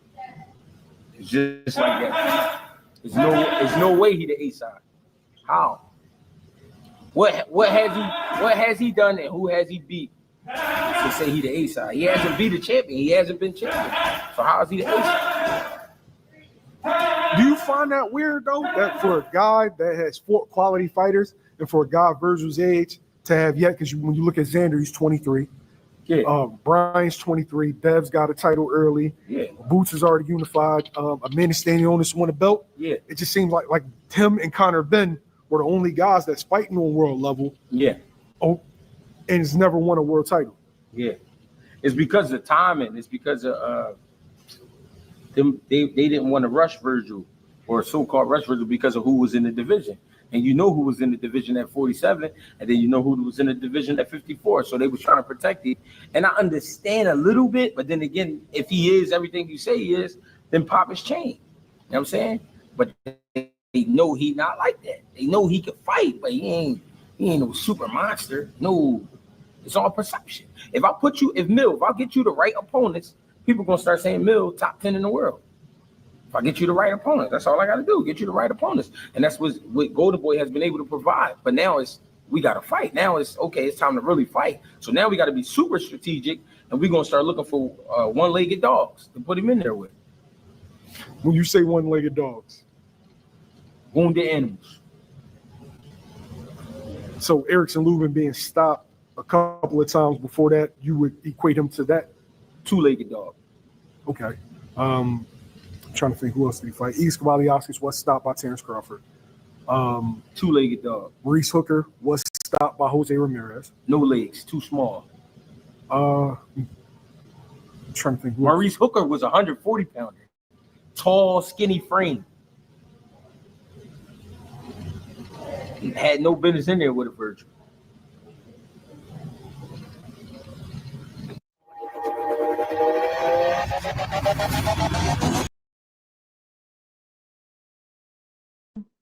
I want to say this. So here's my just overall analysis of the whole situation, just raw, right? Virgil Ortiz Jr. is Golden Boy's last Golden Boy. Okay. Remember, they lost every fight in the 5v5 versus Matt Truman. What was that? Queensberry, I believe. Then you had was this before or after Ryan took his ass whooping the tank? It was around that same time, maybe a little later, whatever the case may be, right? But we saw that Kid Schofield pulled out of the fight with Shakur. Then we saw Zepeda get beat by Shakur after watching Ryan get beat by Rolly. Then we were supposed to have Kid Schofield as the undercard of the Virgil Ortiz versus Lubin fight. He pulls out again. So obviously, Kid Schofield is unreliable. He's playing hopscotch with fights. I want to fight you. No, I don't. I'm going to fight you. No, I'm not. Shit like that. So Virgil Ortiz, in all realization, is Golden Boy's last golden goose. Ryan is off his rocker. Kid Schofield ain't ready to become nobody's goddamn champion, carry a whole company on his damn back. So my question is, are they protecting Virgil Ortiz? Because from the shit that we just listened to, Virgil Ortiz is out here protecting his damn self. I like I said, man, I love boxing, but sometimes it's working on my goddamn nerve. It is a business, yes, the hell it is. But then how about y'all keep y'all business to yourself? Make these moves behind closed doors. Don't come out here and open your mouth acting like you want this damn fight. Then 2 seconds later in the locker room, you dreaming about Earl Spence. What kind of shit is that? And then, like Greg said, shout out to Greg Hackett, how you want to fight a nigga 3 years off the couch after a loss? How much props you looking to get to that? Lubin, although I thought he would put up more of a fight than what he did, has been in some goddamn wars. And if we're being honest, he lost every one of his step-up fights. Virgil Ortiz Jr. is a really good fighter. He is, okay? Virgil gets busy. I will not take that from him. However, I have always wondered in my mind, why is he happy being a side baby? Why has he never went to be a full champion? He could have easily pulled he could have easily pulled his mandate for who? Fundora. He could have easily done that. Never did it. At 147, never was a champion. At 135, never was a champion. But you want to sit up here and act like you are some sort of A-side over Jerome Boots Ennis? That's laughable to me. I'm not sure what the hell Eddie Oscar De La Hoya got going on over there, and shame on him. He got that damn promoter head tucked a little too goddamn tight and forget what it was like when he was a boxer. Oscar got busy. I don't know. I guess he is trying to protect his last little golden goose, honey. So I don't know if we will get that fight. I know the zone is basically telling them we ain't putting money nowhere else other than that fight. So we shall see. I don't think we're gonna obviously we ain't getting it this year, but at the top of 2026, these niggas better make something shake by the springtime, man. Get in there, get the negotiations done with. We heard Eddie say before that they've already started the negotiations, or they was up in there talking, whatever the hell they got to do to make this fight happen. Make this fight happen. There's no reason for it not to happen. They literally fought what, a month apart. Both of them give them a little minute to catch their breath. They both won, didn't take no damn damage, so they shouldn't need that long. The Golden Boy Protection Program got to stop some damn where. It gotta stop somewhere, y'all.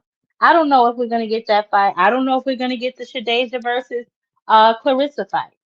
I just don't know about these damn fights no more, y'all. But I do know the fights we do have, which I've already discussed. We have the Conor Ben Eubank 2 on Saturday.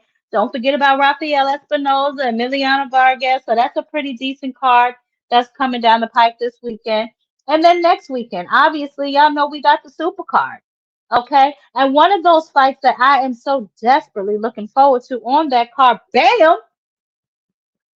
Now I believe I believe last week we went over their little face off where Devin called him a bum. You know what I'm saying? This is absolutely absurd foolishness at the highest level. Devin called him a bum. Let's listen to this ignorant nigga again. Hold on, y'all. Yeah, certainly. Vasily Lomachenko, 135 could crack. Do you think you've ever faced someone with this kind of power? I think everybody at the top got power. I think you go in there and you let anybody hit you. My little brother, I stand right there and I just let him hit me. It's gonna hurt too. So of course he got power, but he's got power against guys we've never seen. I do think that he can punch. Don't get me wrong. I do think that he has power, but he's showing it against guys we've never seen before. I don't know these guys that he fought. You don't know him, don't mean nothing, Jack. No, I've been boxing for how long? I've been at this top level. Just because you don't know The these people don't know folks these people. The world don't know these I don't things. give a damn what Okay, these so folks know or don't know. I know when I carry these Okay. I do believe that. I do believe that you got power. I might touch your arm and your ankle go. Sound good. It sound good. I'm finna turn your meniscus. It sound good. You ever had your torn It sound meniscus, good. brother? And it ain't gonna happen. It ain't gonna never happen. You ain't gonna do it. Walk out with an You ankle ain't gonna brace do on. it. You ain't gonna do it. Bring a back You ain't brace. gonna do it. Bring the You stretcher ain't in gonna the do back. it. You do it to them We gonna bombs. need it, man. You do it Gonna to them slide that bombs. thing up in after the first round. Knock it off. It's all right, Knock brother. it off. It ain't gonna be too. It ain't gonna be. He's really a I'll bum. make it though. real That's short really, I for really you. didn't want to say nothing, Real but short, he's real really sweet. he's really a bum. You I know never what even I'm heard of this nigga until 2 years ago. Once again, He the just came out of name nowhere. don't He's nobody. matter. He's nobody. The name No, don't you matter. no, I'm finna no, make a name yeah, after this one. yeah, ATL It stand sound up, good. baby. Sound good. ATL stand up. ATL stand up, all right. Each and every last one of y'all, even the fans and everybody. I'm glad y'all doing that because y'all underestimating everything else. So you can keep talking about the power, but that's just what just put it all together. It's skills behind everything I do. It's a whole IQ behind everything I do. You said a moment ago that he's a bum. Yeah. You think that? Yeah, I do. So you think champions are bums? Who? So you think champions are bums? You What think anybody champion? could be a champion? What champion though? I'm a Yeah, no, I champion, think so. anybody can be a champion. You think anybody could be a I champion? think that So you've been training your I whole think life Jake to Paul be. could be a champion. I don't know about that one. I think brother. Jake Paul could be a champion. All right, now you pushing it, Jack. If you moved right, you can be a Check champion. yourself. Check If you yourself, moved brother. right, you could be champion. If you moved right, you could be champion. Top Rank has showed it over and over and over again, and they showed it with you. I studied the game. No, I studied. No, check yourself. Check yourself. Yeah. Check yourself. Do you think? Oh, the lie detector determined that was a lie. Let me tell y'all something about this capping ass nigga. Hey, Ja, what's going on? What's going on with you? Peace and Hey, how you blessing. doing? I'm Peace and doing blessings, good. sweetie. What's up? This is my first time on here. I was waiting for you to come on another Oh, well. live. I like some of the content you was making, so I was waiting to Oh, thank see you. you come on another live. What you got for the show, baby? What's up, Coogee? How you doing, baby? Hope work is cooling with you. What's up, John? What you got for the show, baby? We No, covered a I was variety just of topics. We got a more variety of types. I was just more agreeable when it comes to the Virgil thing.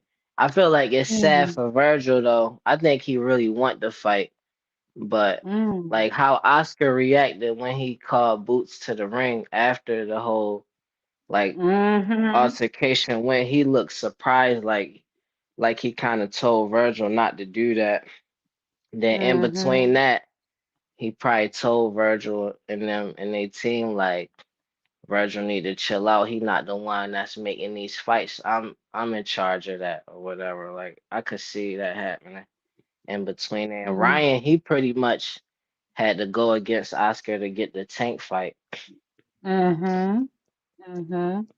See, and that's a really good point, right? Because I feel like originally I thought that, right, by him allowing Boots in the ring and saying, Boots, come over here. We need to get this fight done. So I thought like he was basically that was his way of publicly telling Oscar, like, no, I run my career. But then 2 seconds later, when you walk past your dressing room and they stick a camera and a microphone in your face, you say you want to fight Earl Spence Jr. So I can't necessarily let Virgil off the hook. Not right now. If it was just Oscar talking shit, I'd be like, come on, Oscar, you know better. Oscar trying to duck y'all. But when you have Virgil on these platforms saying the same thing, calling out other fighters, telling Boots he needs to go fight somebody else, his father or trainer or uncle, whatever the hell he said, he needs to go and fight somebody and get a belt to fight Virgil. You know what? I don't think I played that one. We might have played this last week, but I'm gonna play it for you since you're right here. What people don't know and what people believe is what one thing that Eddie Hearn could say. We're gonna show up because that's the fight we got next. We already got the contract signed. That's not reality. We know that's all just Eddie doing his job. Eddie's great at what he does. Boots doesn't want to fight Virgil. Boots is not going to fight Virgil next. Whatever they say, oh, there's a signed contract already. That's all bullshit. There's Boots is not going to fight. Boots is not going to fight Virgil next. He's going to show up. Why didn't they call us up and invite us to his fight 2 weeks ago or 3 weeks ago, whenever he just fought recently? You come to ours, we go to yours. We promote the fight. That would have been the perfect idea to do. But they want to show up, and they are going to show up. That doesn't make a difference. Virgil's going to do his job. But, that's just kind of like trying to get the media, the press to believe that they're ready for the fight. I know they're not. I know they already have a date where they already have, a possible opponent already. So it's all part of the show, part of promoting the event, part of promoting his fighter, and Eddie's doing a great job doing it. Given on Saturday night after the performance, Virgil, Oscar said, Oh, the lie detector determined that was a lie. Yes. Huh? Mute up, band up if you're not talking to me, baby. Oh, I'm So sorry. here's I'm sorry. I'm sorry. That's okay. So here's one thing that I want to point out. Obviously, that took place before that event that night. That was earlier outside when he was hoping and praying, because it sounded like to me he was hoping and praying they didn't show up.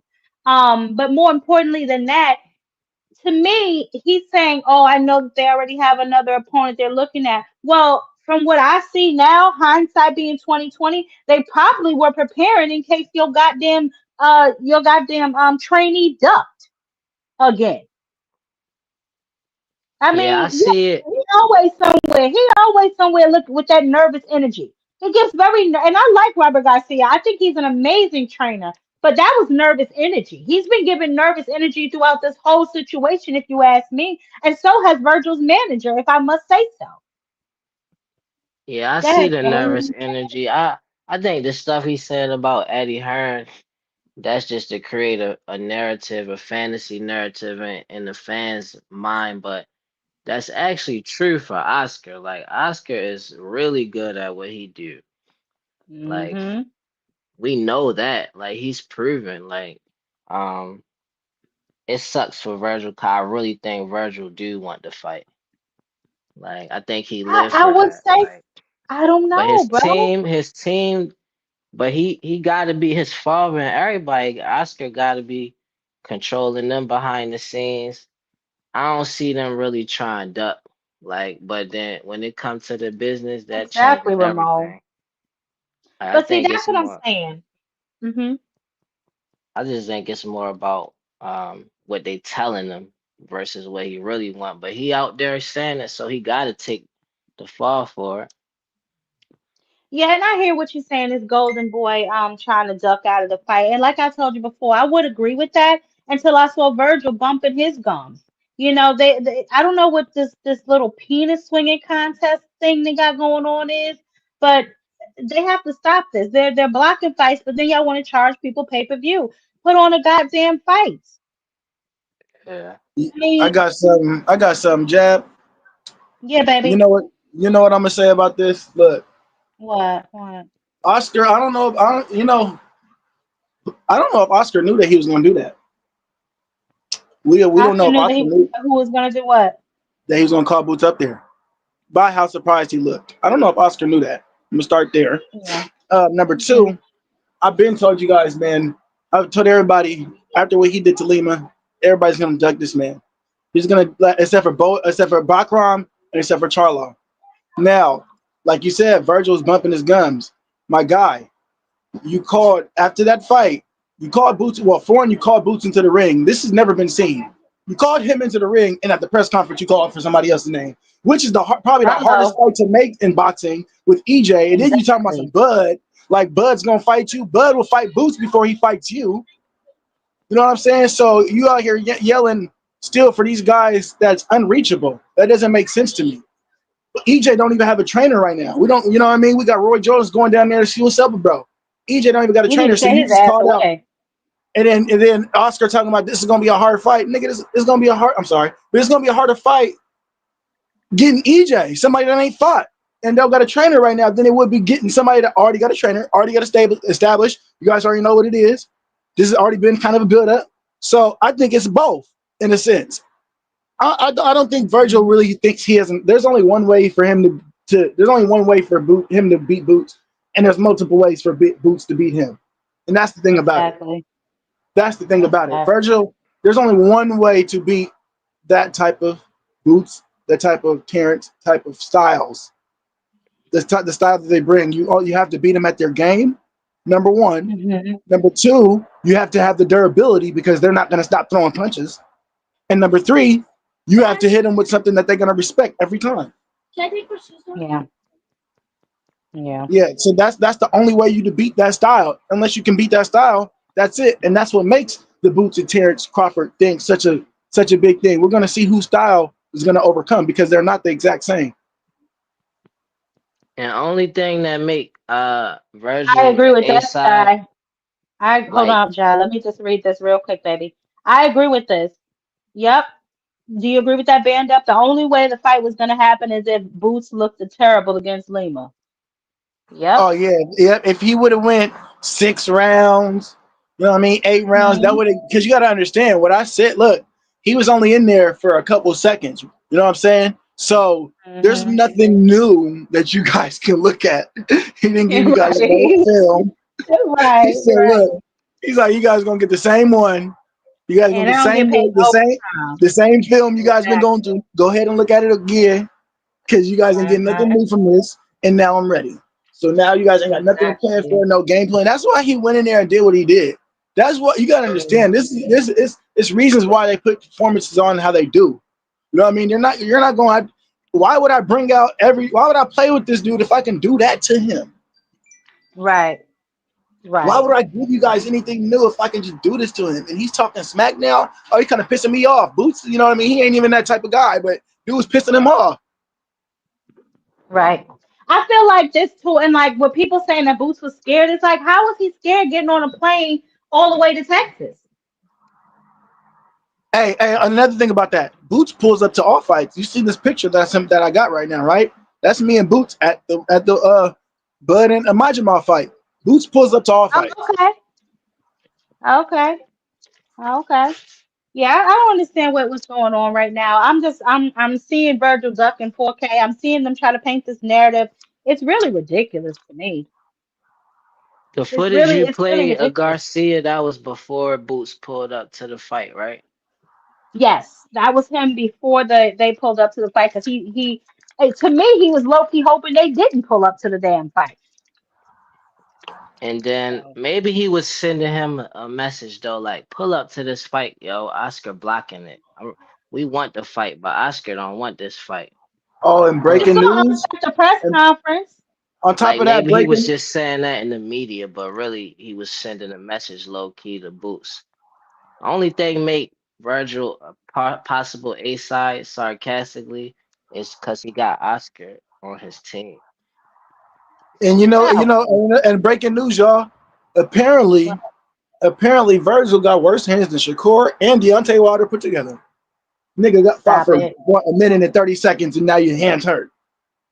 What would the hell look like if Oh, you would have stop went 12 it. rounds? What happens if you would have went 12 rounds? Would the other nigga won or something? Like, God, talking about some hands hurt. You got worse hands than Shakur and Wilder, huh? Your hands that bad. You only fought for what? A couple minutes? A minute or two? And it wasn't like you was really throwing in the first round. That's the crazy thing. Who gonna be Virgil dancing partner if not Boots? It's been that way since he was at 147 I'm gonna at just least. tell you, if Charlo don't fight Boots or EJ, nigga, and he end up fighting, whoever he gets into the ring is gonna be in trouble if it's not Boots. Let me just tell you that right But now. bend up. Let me ask you a question, right? How much credit Mhm. are you giving Virgil Ortiz for fighting Errol Spence Jr. 3 years off the couch after a loss? How much You credit are know you what's really giving him? crazy? On some real, I really think EJ will win that fight.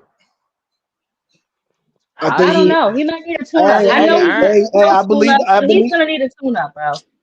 I don't really think. I think if anything would be off, it'll probably be his timing a little bit. But I think that he would adjust in the fight. I don't think Virgil's gonna get him out there like that. I don't think Virgil brings that type of threat to EJ like that. Honestly, I'm keeping a stack. I really think EJ beat the brakes off him, and especially if he was healthy. But I'm not gonna give EJ that bad of a down. He's healthy, bro. He's healed up. Yes, he might not been in the ring, and ring rust does matter. But I don't think. I think there's something different about this guy. I like him. You know what I I mean? don't think EJ healthy. I ain't worried about his ring rust. I'm more worried about the damage he already done take. I don't think That's what he I'm that healthy. saying. I don't know, guys. Listen. I love You EJ gotta, just as much as what you, anybody, but 3 years I off the mean, couch, I don't give a damn how much long he been shadow boxing. you gotta 3 years understand. off Hold the on. couch, in there with somebody like Virgil? No. I think he could beat Virgil 3 years on the couch, but I think he took real damage in the ring and outside the ring. That's more my concern than I don't think how the long outside he got ain't had really a matter fight. I agree. I because he was think it taking. matters. Look, I don't think it matters because he was really taking punches from what's it called, Ugas. Ugas wasn't just in there just not throwing. You know what I mean? He was really taking them punches. Now the punches from Terrence were different, but that's why I said I don't think the outside really mattered. The inside, we got to see how he performed after what he took that Yeah, I from mean, Terrence. I ain't counting him out though, cause he did come back and like he beat Sean Porter too. Ugas, that ain't really like good. You beat Ugas, that's what's up. But like somebody beating somebody like Sean Porter after getting injured, like eye injuries and all of that, then he might could do it. But that's just a concern. Like that's a real thing. Like Leuven, he came back and was doing good at it. He took losses and damage, but that damage is real. Like any professional trainer, somebody tell you you get knocked out, like that changes everything. If EJ was willing to stand in that ring with Sebastian Fedora and say he was ready at that time, however the fight didn't shake out, you don't think he'd be ready right now? I think, I think he'd be ready. Nah, I ain't counting him out. I think he can be ready. But But I I tell would be you, concerned about his injuries less than I would the time he hasn't been fighting. Cause he but I got want the to, boxing ability. I definitely want to see Charlo get in there and mix it up. I want to see how I mean, whoever. yeah, and that's another thing. Charlo is another one who's been inactive. Hey, Junie Bird, thank you for the $10, baby. He's another one that's kind of been inactive. So I don't understand why is he pulling these niggas from the retirement section of Box Rec when you just had a live dog standing in the ring telling you they want to box you. This is what I'm talking about. This makes it sus to me. Yeah. I mean, and then all right, I could see Charlo fighting Charlo based off of what I heard Virgil dad say that Boots ain't earn it. Like Earl definitely didn't earn it. Out of them three fighters, like Earl hasn't But fought listen in to that me, Ja. 154 Ja, before. what's going on, Darren? Listen to me, Ja. How can you sit up there and say that Boots did not earn a fight with you? You have never been a full champion in any damn weight class. because you fought who? Bakram? Damn war shot Lubin. Like I said, I'm not trying to discredit Virgil, but the way they trying to big dog Boots is low key irritating the shit out of me. Yeah, I I think it's mean, more about that all What's them leverage. going on, opponents Mega he Red? Thank you for the $20, babe. What you say? all When them it What you comes opponents say? to he the named, money, Boots would have beat him worse. I think they just try and leverage the A side more than anything. Cause like Earl is a great opponent for anybody, good name, but like he hasn't earned it to fight him at 154. Like he coming off of a loss. Boost coming up and he like, he dropped his belts or whatever or belt, whatever. That's enough right there, just being a champion at 147 and moving up is enough for him. But he gotta fight. At least he got at least one fight at 154. Hold Like on. Hold on, John. I wanna bring up what Darren Collins just said. Ortiz turned down Zayas and Bakram. Yes, he did. Nobody says a thing, yet he cries about belts. I just went over that, Darren. I said he's never been a full champion in any weight class that he's been in. And Edward, Boots was emailed his titles. Why, baby? Who was he mandated to fight that didn't fight him? See, I don't mind when y'all come in here and pop y'all shit. Just make sure y'all tell the full story. Was he not Terrence Crawford's mandatory? Stop, y'all. Stop. That's true. It's very true. He got emailed his belts, but he got emailed his belts for a reason. And I don't know why he want to sit there and even get cooked by Terrence. Like, bro, that's not even a fucking fight, bro. No, but that betting odds is gonna be so one sided. It's not even funny. It's He a, might and I have something wonder because he, and I huh? wonder He what coulda- Zayas. he tried to big dog little. Thank you, Darren, because that brings me to my next point. He tried to big dog Zayas too. Yeah, was Zayas expose him? Cause Zayas not a stupid fighter at all. And Virgil kind of, I don't know Zayas. I mean, to he's be a honest, I don't know who would predictable. win that fight. I like Zayas, but I'm not sure he could beat Virgil. You know what I'm saying? I think he's still a little young. Just cause he Although that's young, another right? But he's conversation. smart though, and he big. He not no That's little another dude. conversation that's a question I posed before, right? Like he's a champion now, so we still giving him baby shoes Right. or we letting him off the leash. Because he We is a gotta let champion him now. He's off the about to leash. unify. He's Right. about We to gotta unify. let He's him about off to fight that a leash. blast. So I don't know. You know what I'm saying? He's about to He he's about to unify, so yeah. we can't let him hold up the division while he develops. What Top Rank gonna do? You If know what I'm saying? Abdullah Mason don't get that same slack, and he young too, but like with Well, Zayas, Abdullah for Mason is some a reason they dog, don't. so that's something different. But why Abdullah Zayas Mason and not all that though? smoke. I Why didn't say he Zayas? wasn't. I didn't say he wasn't. I said, is that what we're gonna do? I'm asking the question. I'm not making a statement. So pardon me. I was No, trying to I ain't phrase it as a saying you question. saying he would. I ain't saying. I'm saying that I'm just posing a question. Like I agree with Abdullah, Doug, and all that, but like, would it? I'm just wondering, like, was Zayas exposed Virgil? Cause he predictable. Like Virgil predictable and Zayas disciplined, a disciplined young fighter, and he a champion. It's like, how you gonna really get away with saying he too green, but he a champion at your weight, yo? Like what? But see, that's the thing. That's the question, though. That's the catch 22. He is a champion at 154 pounds. He's very young and he is a little still green. The other guys have that experience factor over him. Now, that would be the thing. Are they going to put him in the ring with the other champions, especially if he unifies with a Basketball when he comes out victorious? That will make him a unified champion. You think these other niggas ain't going to want a piece of that? That's Especially what I'm Jalal Boots. And saying. if Yeah, he gets him a belt, you know what I'm is saying? Especially. Abdullah interim champion right now, right? Abdul is fighting for a belt on the 22nd next weekend. And as soon as he get that belt, it ain't gonna be none of that. He too young stuff. Like I feel like Zayas could have been had these fights. Like he moving real good, and I don't think he ducking no smoke. Like I think he expose him. That's why I think they ain't trying to fight him yet. He about to unify. He doing something ain't none of the other champions that's older than him. Not That's what I'm saying. That's what I'm So saying. he They got keep on more throwing dug than Virgil all of name in them. the mix. They keep on throwing Virgil name in the mix as if that nigga is a real champion. He is an interim champion. He never aims to be anything more than that, unless all of a sudden now he's changed his mind. But for 3 goddamn weight classes, he's been an interim champion. So I don't know, man. It's just a lot to think about. It's a lot to digest. Just watching Virgil duck a fight in 4K is a little disgusting. So I don't know, fellas. I don't know if we're gonna get that fight. I really don't know. Like, cause and now they trying to, like I said, everybody want to be Elon Musk, and everybody want to pull out their calculators and tabulate some numbers when it's a fight they don't think they ass can win. That's what's really throwing me. If it's a fight that they thought they could win, I didn't hear a damn thing about that Lubin fight, no negotiations, no nothing. Just here, nigga, get in the ring. But now all of a sudden, when it's Gerard Boots in it, you need $10 million. Give me a fucking break. Tell me you scared without telling me you scared. You know? Yeah, sure. I don't know. I don't know, y'all, but that's pretty much all I had. Unless y'all got anything else, we could go closing arguments.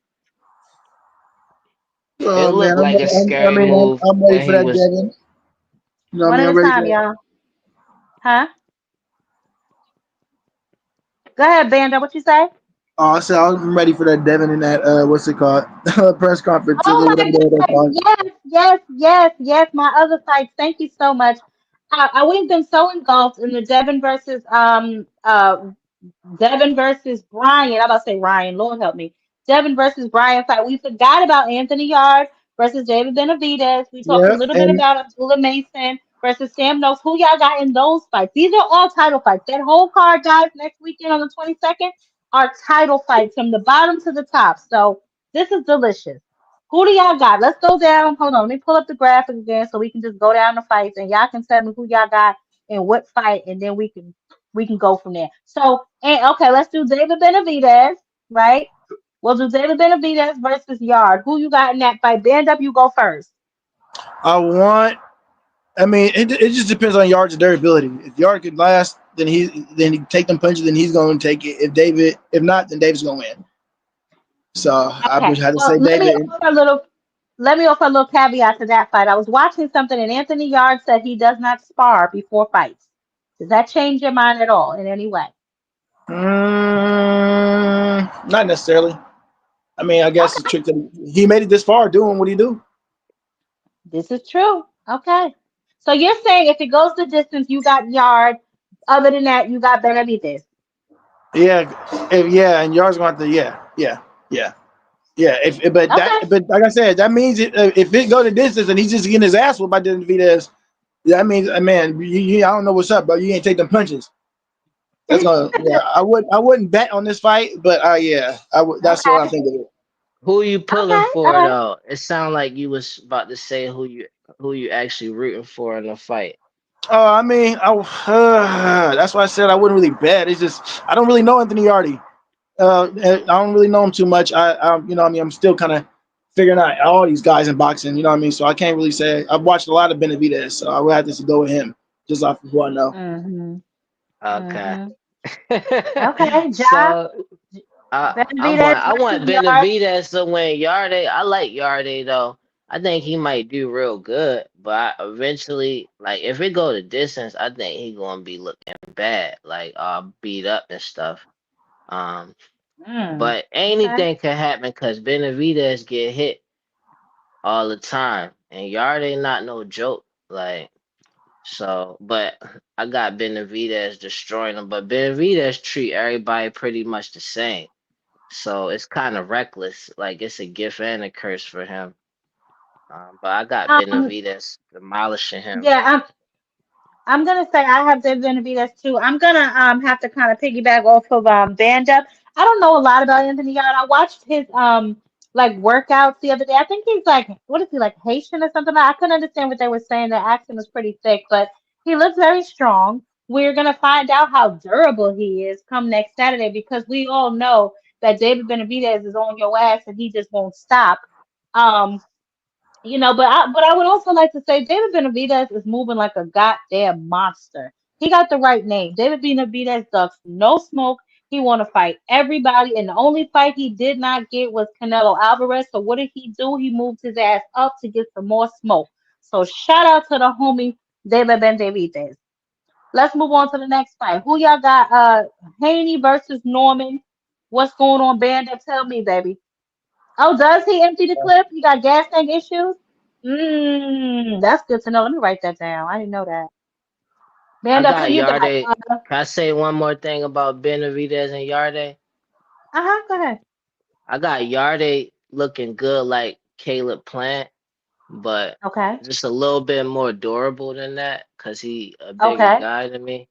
But yeah, I Yeah, think he gonna get it. but empty the clip said Yardy gasses out too, and we all know that Caleb Plant he has a somewhat of a gas tank. I love Caleb Plant, but he has somewhat of a Nah, gas he tank issue. he gonna look good though, but he gonna gas out, but he's still gonna be able to take the punishment though. That's how I see it in my mind, but I don't know Mm. how it's going. Like he could take the punishment, but that I Will don't know. his I corner think allow Benavidez him going. to take a lot of punishment? He's slick enough. Like I don't know. He probably get a late round Okay. stoppage. Benavidez 11th round stoppage. Okay. Bands up. Who you got? Haney or Norman Jr.? If Haney comes to fight, he wins. That's it. If Okay. Norman, if he don't, then Norman's gonna whip his ass. And that's oh man, I would hate to see that. Oh, I would hate to see that because I like me some Dev, bro. I also really like B Norman. You know what I mean? B Norman Jr. Man, he's a real guy, man. I've been watching a lot more of him talk more than his damn dad. You know what I mean? And I Band up. You if went you out. believe in his skills, then Okay. go ahead. Can you hear me? Okay. Yeah, I can hear you now. Yeah, I said, if he really believe in his skills, then go ahead. Let's go ahead and show it. But Devin comes to fight, then Devin's winning. Okay. John, who you got? I got Haney. I Somebody think got some background. Go ahead. I got Haney. I think Brian Norman. I gotta wait till after this fight to give him all the credit everybody else giving him. Far as like this gonna be the bright lights for him the first time to Hmm. me. So I gotta see how he perform under them bright lights first. But I got You Haney know, that's winning this one. okay, so that's two Haney's. Well, I have Brian Norman Jr. winning this fight. I hear a lot of people say that the lights are going to be too bright for him. Let's keep in mind that this fight is in Saudi Arabia where there is no crowd, so I'm not really sure how bright those lights are really going to be. And more importantly, Brian Norman Jr. Ever since he's gotten dropped by who was that, Boa Chica, he has gotten progressively better. I don't understand how people can say Devin's footwork is on an elite level more than Brian Norman Jr.'s, although no one can point me to the fight where he displayed such footwork. Don't get me wrong, I think Devin Haney is a really good boxer. Um, but the question still remains, how you gonna keep Brian off you? You don't got enough pop to push him back. He has the longer arm reach. If Brian presses the action, what's gonna happen? So I am excited about next week. Like I said, I am going with Brian Norman Jr. Um, and I just really don't like Bill. So that contributes to me to I me like that going with saying Brian that. Norman Jr. But let's go to the next fight. What about Bam Bam Rodriguez, baby, and Martinez? Band up. Who you got? Bam Bam or Martinez? Oh, that's right. He did have that hand surgery. Thank you so Hey, hold much, on. Cardenas. One, I forgot about that, baby. one thing that you said, he might not got the pop, but he definitely got something. He got a skill set. He has some IQ to it. That's why I say if he comes to fight, he might win. Hmm. But I got, of course, Bam Bam Rodriguez. Come on, Jesse, Bam Bam Rodriguez, man. Yeah, yeah. I second that. Jeff, what about you, babe? I got Bam too. I did want to say something what you was saying about Norman and Haney. Like I feel what you saying, but I ain't seen the stuff that people saying from Norm. I never seen him do that to nobody. I never seen nobody walk Devin Haney down easily, just walk him down. I never seen Brian Norman like you said. How you gonna keep Norman off of him? I never seen him in a position like that, like where somebody was just so hard to keep Norman off of them. Not saying it ain't that he can't be that type of fighter. I just haven't seen it yet. I want Mm. Bam to win. I don't really. I gotta look at Martinez some more though, cause I'm biased when it come to that. Yeah, I am too. A little bit. I'm going with Rodriguez as well. Shout out to Omega Red. Blessed in the chat with another 20. Merry Christmas, Jab Queen, because it's such a gift. You stay ignore me. I said what's up to you when you came in the chat. You came in here late talking about you watching football. Go ahead. No, my God. No cap, baby. First, let us get through this before you start your rant of hate, please, please. Ja, who you got? Mason or Notes? Mason. Yeah. Now listen to me. I watched like two of Sam Noakes fights just to see what we up against. He's decent, right? And I don't want to disrespect him. I don't want to say, he can't fight or anything. I'm just gonna say them UK punches a little different than them American punches, right? He seems to be like he likes to fight in whatever way he can. But this is a title fight. I've seen a lot of Abdullah. He's been working out. He's been working on some things in the ring. So I think he's very focused, and I think he's ready to bring this title home back to America. So, and also shout out to him for not wanting to be an email champion and want to fight for that belt. So Abdullah Mason, let's go, baby. Somebody, mute up. Who is that? All that ghetto foolishness in the background.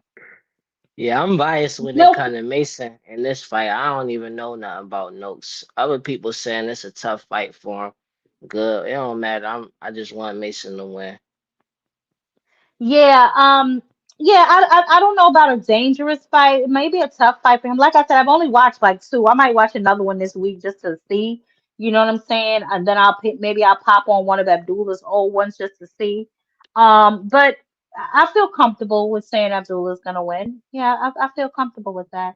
No cap, baby. What you got for us? Besides a bucket of hate. I knew as soon as somebody said hate, and here he come to let us know what he really think. Come on, no cap, give it to us. What's up? I ain't got nothing to say. Everything that's gonna be said is gonna be on November 22nd. DHP is gonna be permanently closed for business. We ain't got to talk about this no more. Oh my god. Nigga, no cap. So now as you mentioned that, I gotta go on a hateful rant now. Oh my god. I was thinking like, man, I'm gonna be humble, wait to the aftermath and then talk my shit. But I gotta I'm tired of this goddamn shit. Devin Haney don't got none all these mythical skills. Wait a minute, did you see him call Brian a bum? Yeah, he said the same thing about Ryan too, but what happened? Yeah. He ended up twerking that night. Man started twerking. Oh my you know what I'm saying? She was a nasty. Who is that? This why I don't believe nothing about Devin. If Devin was who he said he was, he would have said, I'm not doing nothing until I get a rematch with Ryan Garcia. He would have cleaned that up immediately. Talk about it. I spun that block so damn fast. If he really thought this man Margarito. He would have been like, I need that back right now. Yep. He would have fought him instead of Ramirez. Yep. They both took the same amount of time off because Devin ain't fight for a whole goddamn year either. Right. And they had the same amount of time off. Same card and everything. He don't want no smoke with Ryan Garcia. He thinking Brian Orban is just some random bum because he never heard of him. But he don't realize that's a lie though. That's what Brian that's a lie though because did Devin Haney ever spar Crawford? No. Listen to me. I think he did. Listen, but, hey, look. Hold on, no cap. Because hold on, Band No cap, but he's lying when he said that anyway because he asked Brian Norman Jr. to be his sparring partner for Ramirez, so he knew exactly who the fuck Brian Norman Jr. was. Yeah, I doubt that they don't know who each other is. He said he ain't heard him. He said he ain't heard him from 2 years. He said he didn't hear about it for 2 years. He's lying. I'm telling you, the nigga's lying, bro. He's lying. But it's like Devin Haney is a delusional person, dog, because of his daddy and their fan base. Like he went on this rant talking about when they wanted me to when I was calling out Robert Easter, I was been doing this. Like, who the fuck is Robert Easter, man? Like, come on, man. I'll talk about it. Nah, Robert Easter though is somebody though. Robert Easter. He was somebody. Been a good fight. People thought he was somebody once upon a time ago. That dude ain't relevant. And now it's like everybody he talk about ain't even relevant. That he say he got all this experience from. It's like, Oh, you dude, know he what? was That's like, not a I bad beat. idea, Jay Where Smith. these big That's fights not a he bad fought? idea. Where all this experience he fought, dog? He didn't say I I beat don't T.O., I know. beat Shakur, I beat Tank. I don't know. He said I beat Cambosis, I beat Regis. He ain't Loma. ready for me. That's I a beat great Loma. idea. Then he ain't got no good resume, dog. It's cap. You know what I'm saying? Fuck all these goddamn bullshit ass vacant belts, these fake undisputed runs that don't mean shit. You know what I'm saying? I'm tired of all that bullshit. Devin Haney getting knocked the fuck out in vicious fashion. We never gonna hear about this Oh guy my again. goodness. And that's gonna be it. Oh my goodness. And when Well, I don't want I'm to. gonna make it a point. Like, fuck these hype jobs. Stop hyping these niggas up. It's fucking up the sport. Devin Haney fucked up the sport because he was hyped up to be somebody he want.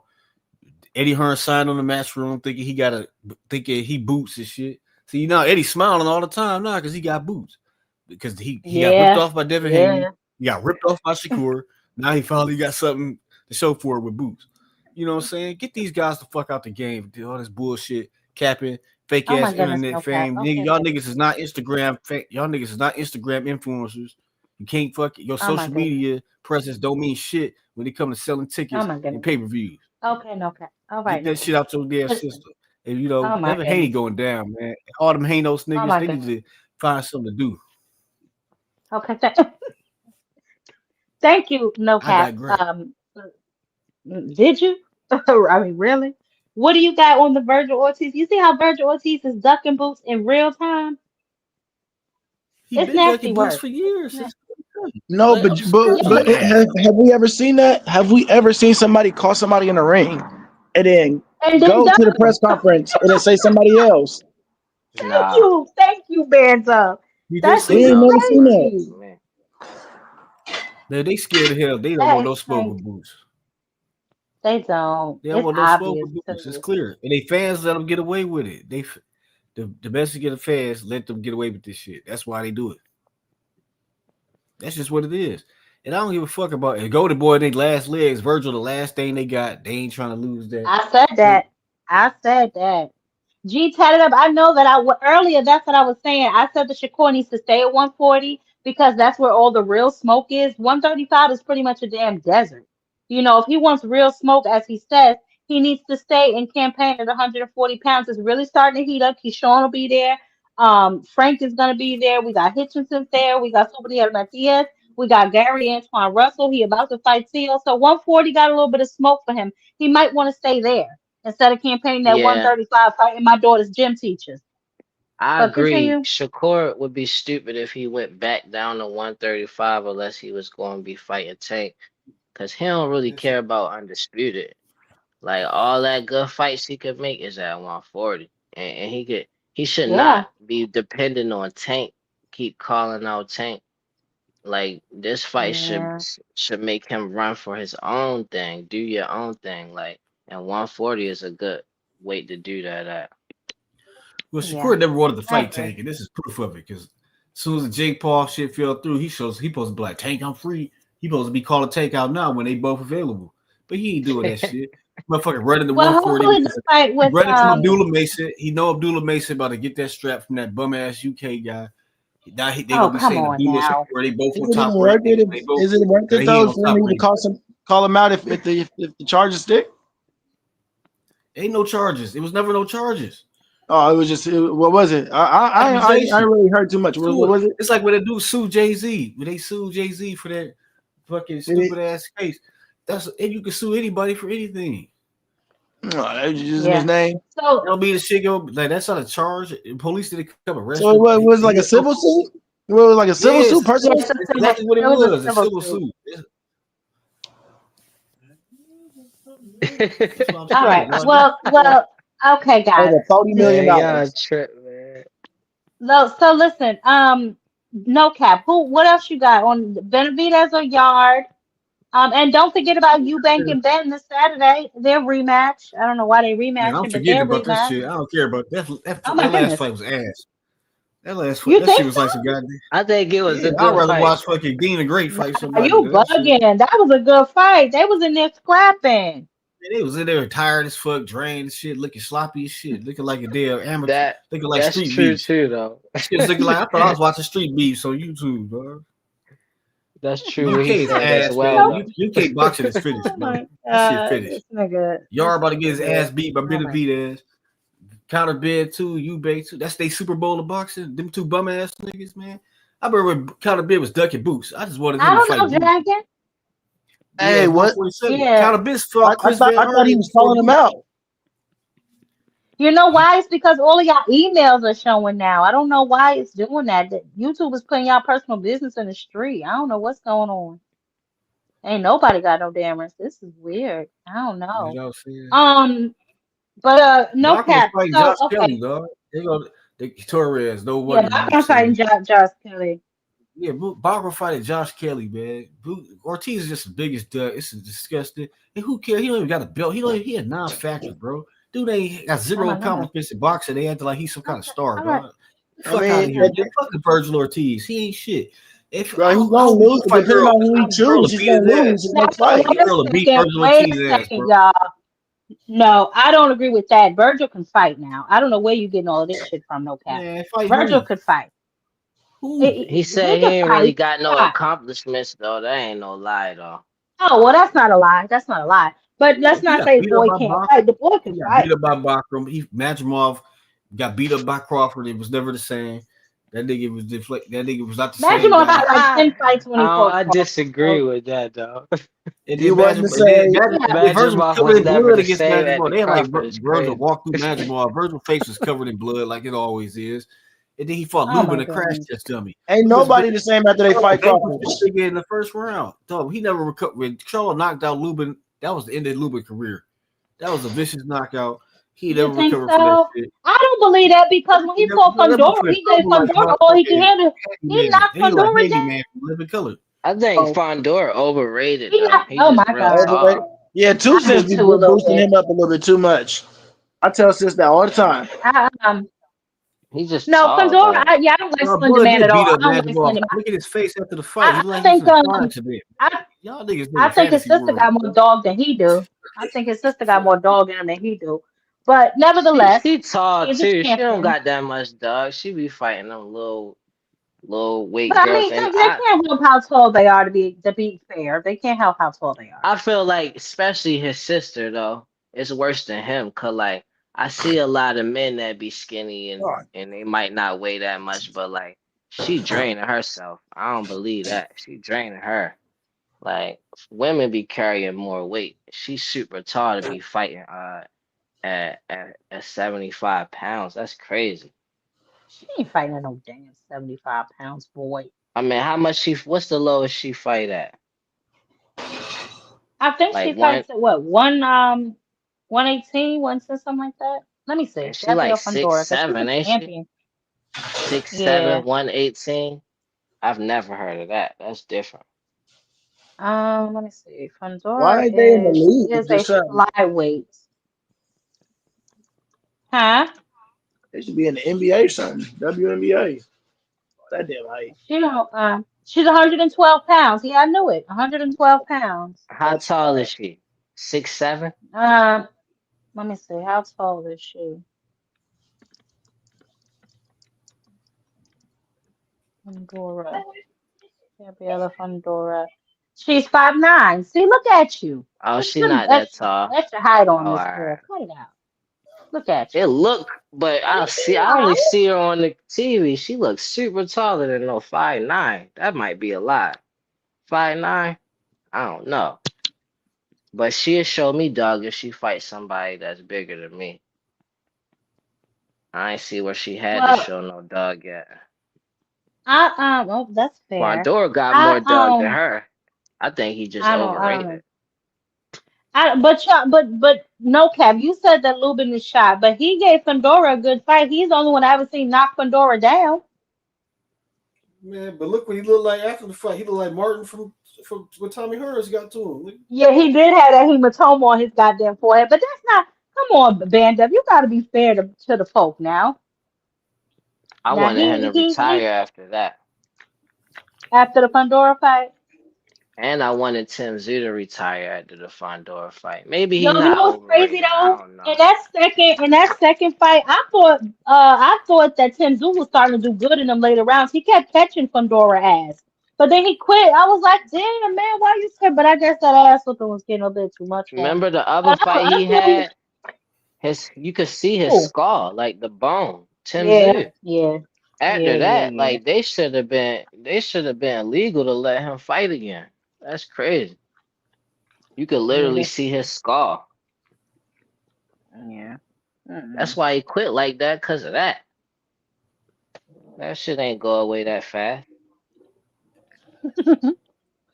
Well, listen, we got these fights coming down the pipe. Okay, we heard that Tio is signed for Shakur at the top of the year. All right, let's not forget December 6th card. We have Pete Pitbull and Roach. Okay, and on that card are all the fights that got moved from Pandora, Thurman undercard. So we're finishing out the year strong. We're headed into the top of the year strong. So we just got to see. Hopefully, Boots and Virgil, Eddie and Oscar can stop swinging their meat and just make the damn fight. You know, we're gonna see, guys. We're gonna see. But we do have some fights coming down the pipe to entertain us. There is another local card. I don't know how many of you guys are in the Maryland area, but there is another card that Scooter Davis is gonna be on. Hold on, I have the promo here. I was sent the promo when I asked to play this, so I'm gonna play this for you guys so y'all can know where to go and get your tickets and also where to attend the fights if you guys are interested in fighting. Scooby's also fighting on tomorrow, Saturday. Scooby's fighting Saturday as well. So we got some fights coming down the pike, man. Hold on. Attention, fight fans in the DMV. It's live, it's local, it's boxing. Jetter Promotions, RDR Promotions, in association with Maryland Live Hotel and Casino in Hanover, Maryland, presents a night of championship boxing, Saturday, November the 22nd, featuring some of your favorite DMV boxers. In her professional debut, we've got Bria Miller, Casey Wheels Wheeler, Keith Saunders, Nasheed Sugarsheed Smith, Tyler John Wayne Langer, Jakeem Too Sharp Hutcherson, Mikai No Limit Phillips, Derek Scooter Davis, Ahmed Momo Jones, Brandon the Hitter Chambers, Ezra No Time Turner, and in our main event, we've got Michael the Professor Fox. Tickets are available through AXS or at the Live Hotel and Casino box office.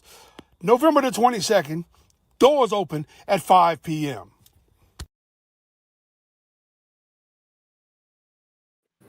I wonder if they streaming that anywhere though. Like if you I can't was make it not there. told if they were streaming that. I will definitely reach out and ask them. But they did put the card on. If you guys are in that area, make sure you guys go on down and support. Like they said, some of those making their pro debut. You got Scooter Davis. He's gonna be big, y'all. So we're gonna keep our eye out for that young man as well. And I'm a little disappointed y'all ain't checking for this Eubank card on Saturday now. That's terrible. Why y'all don't nobody care? So Eubank and Conor Ben fighting I'm again for their not paying legacy for that. I'm family. not paying for that though. But I want Yeah, that's that's it. ridiculous. I watch it though. Ain't no way I'm paying for that. That's crazy.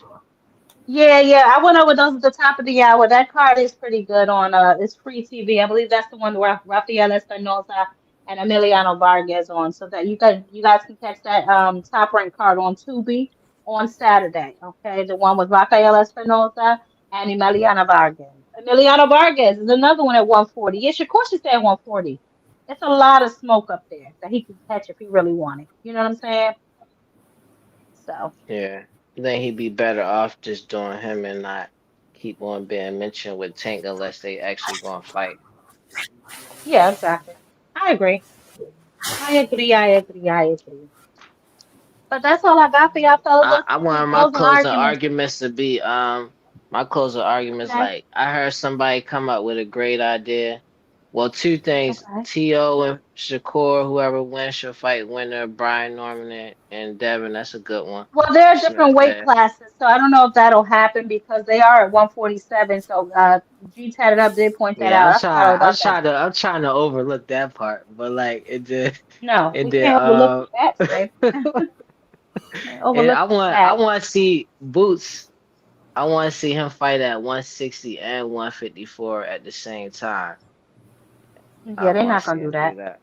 Like take fights at 160 and make. I think he could make 154 and 160, and take fights at both weights. That's We'll all see I want how to see. what. Okay. Well, thank you, baby. Thanks for Peace stopping and by. blessing. Yes, yes, same to you. Bands up. Yeah, Hands up. yeah, I'm here. Yeah, I'm here. Yeah, I hear my background kind of noisy. Hold up, let me step outside. But yeah, Okay. my closing arguments, I can't mean everybody tap in to my girl. You know what I mean? Jab Queen Boxing. You know what I mean? One of the best to do it. Man, this is gonna be some entertaining stuff, man. I told everybody that Virgil was gonna duck, and now we seeing the fruits of the labor. Like I said, there's things that we ain't Oh never seen man, that just that's happen in the ring. crazy. Yep. But Yep. just take it how it is, and whoever fight Charlo is gonna be in trouble. I mean, except for Boots. I don't need a tune-up first. You don't think Charlo need a tune-up first, Banda? Nope. Man, that nigga coming with a toenail like a Nope. He don't need no tune up. He all right. Alright. All right. Alright, Banda. Thanks for stopping by, babe. No cap. Always so illuminating. Listen, keep your rant to a minimum, please. And your hate and disdain for the Haneys to a minimum, please.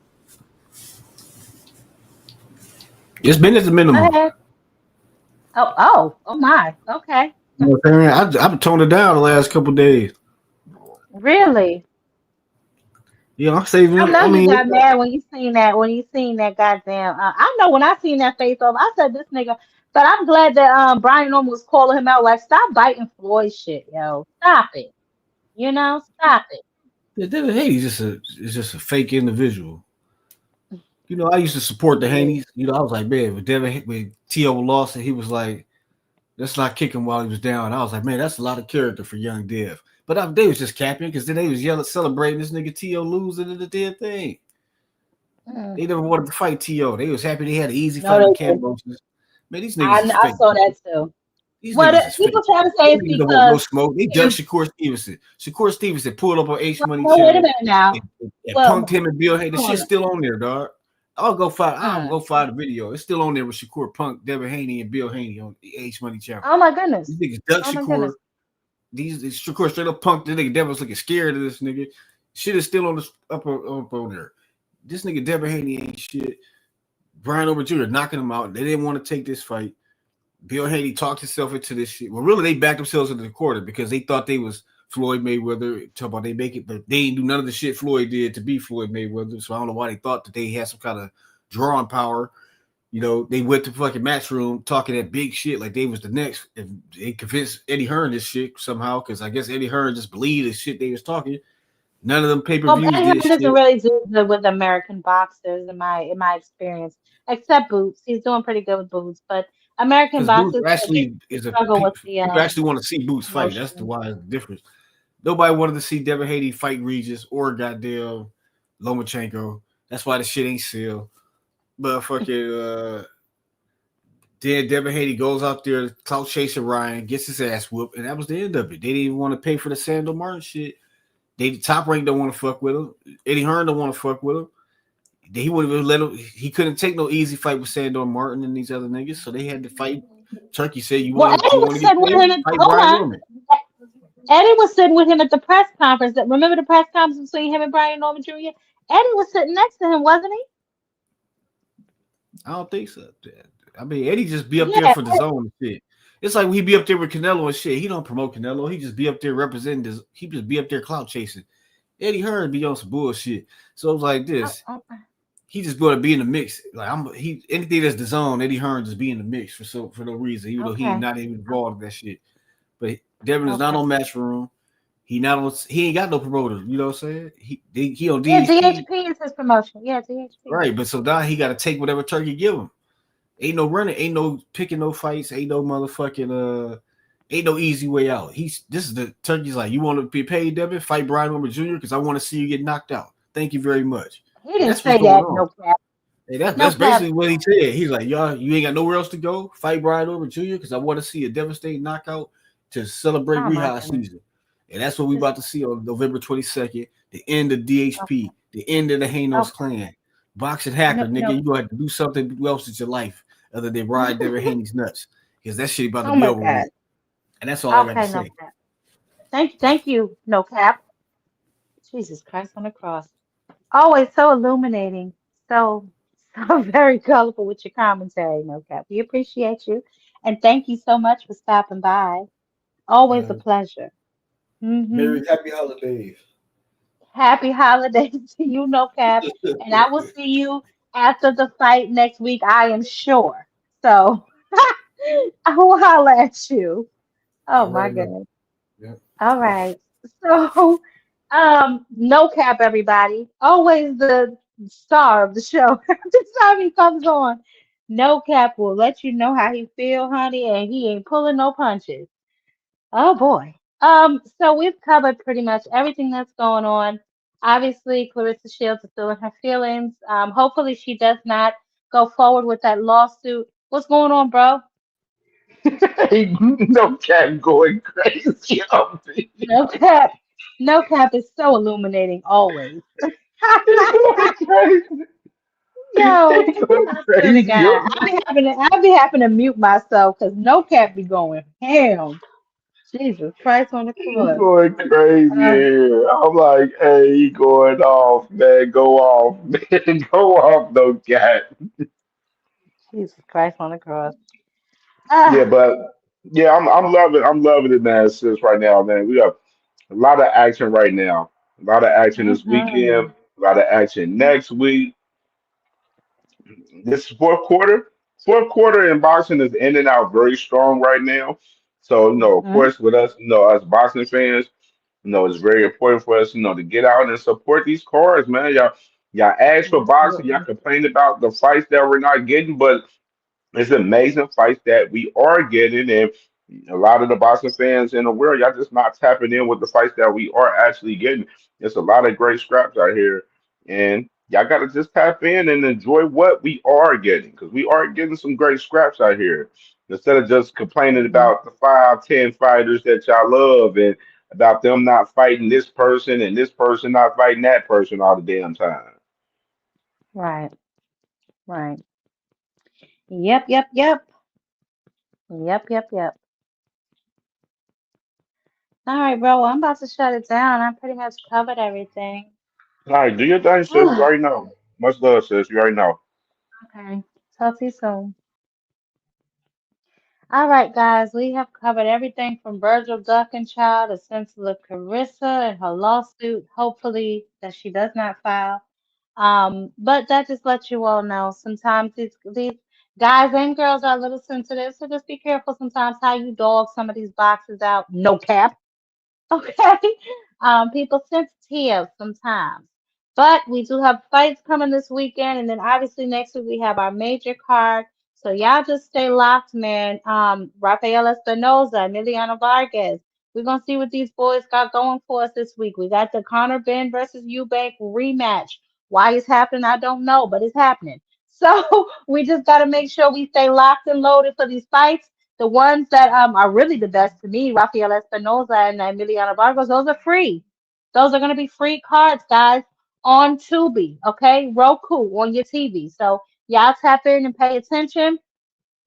And y'all just keep it locked. Obviously, I'll be dropping videos throughout the week for us to stay locked and loaded. Anything new comes across my desk, y'all will be the first to know. I hope y'all have a safe, wonderful evening and a wonderful weekend. Oh, guys, just so y'all know, obviously next Saturday is the big car, so we will not have a pre-show. Okay, just the post show. So after the last bell rings of the last fight, we going live. We're gonna talk about the whole entire card. The reason we're not gonna do a pre-show this time is because that entire card is fire, and I don't want to miss not one fight on there. So just keep that in mind. But we'll go over that again next Thursday, and I will be taking final predictions next week. So y'all can come on up. I made the spreadsheet already, so I want to see who's gonna stand on business and really put they pick on the record. But y'all behave. Y'all have a safe night. And y'all know what to do, baby. Until next time, catch mother on a panel.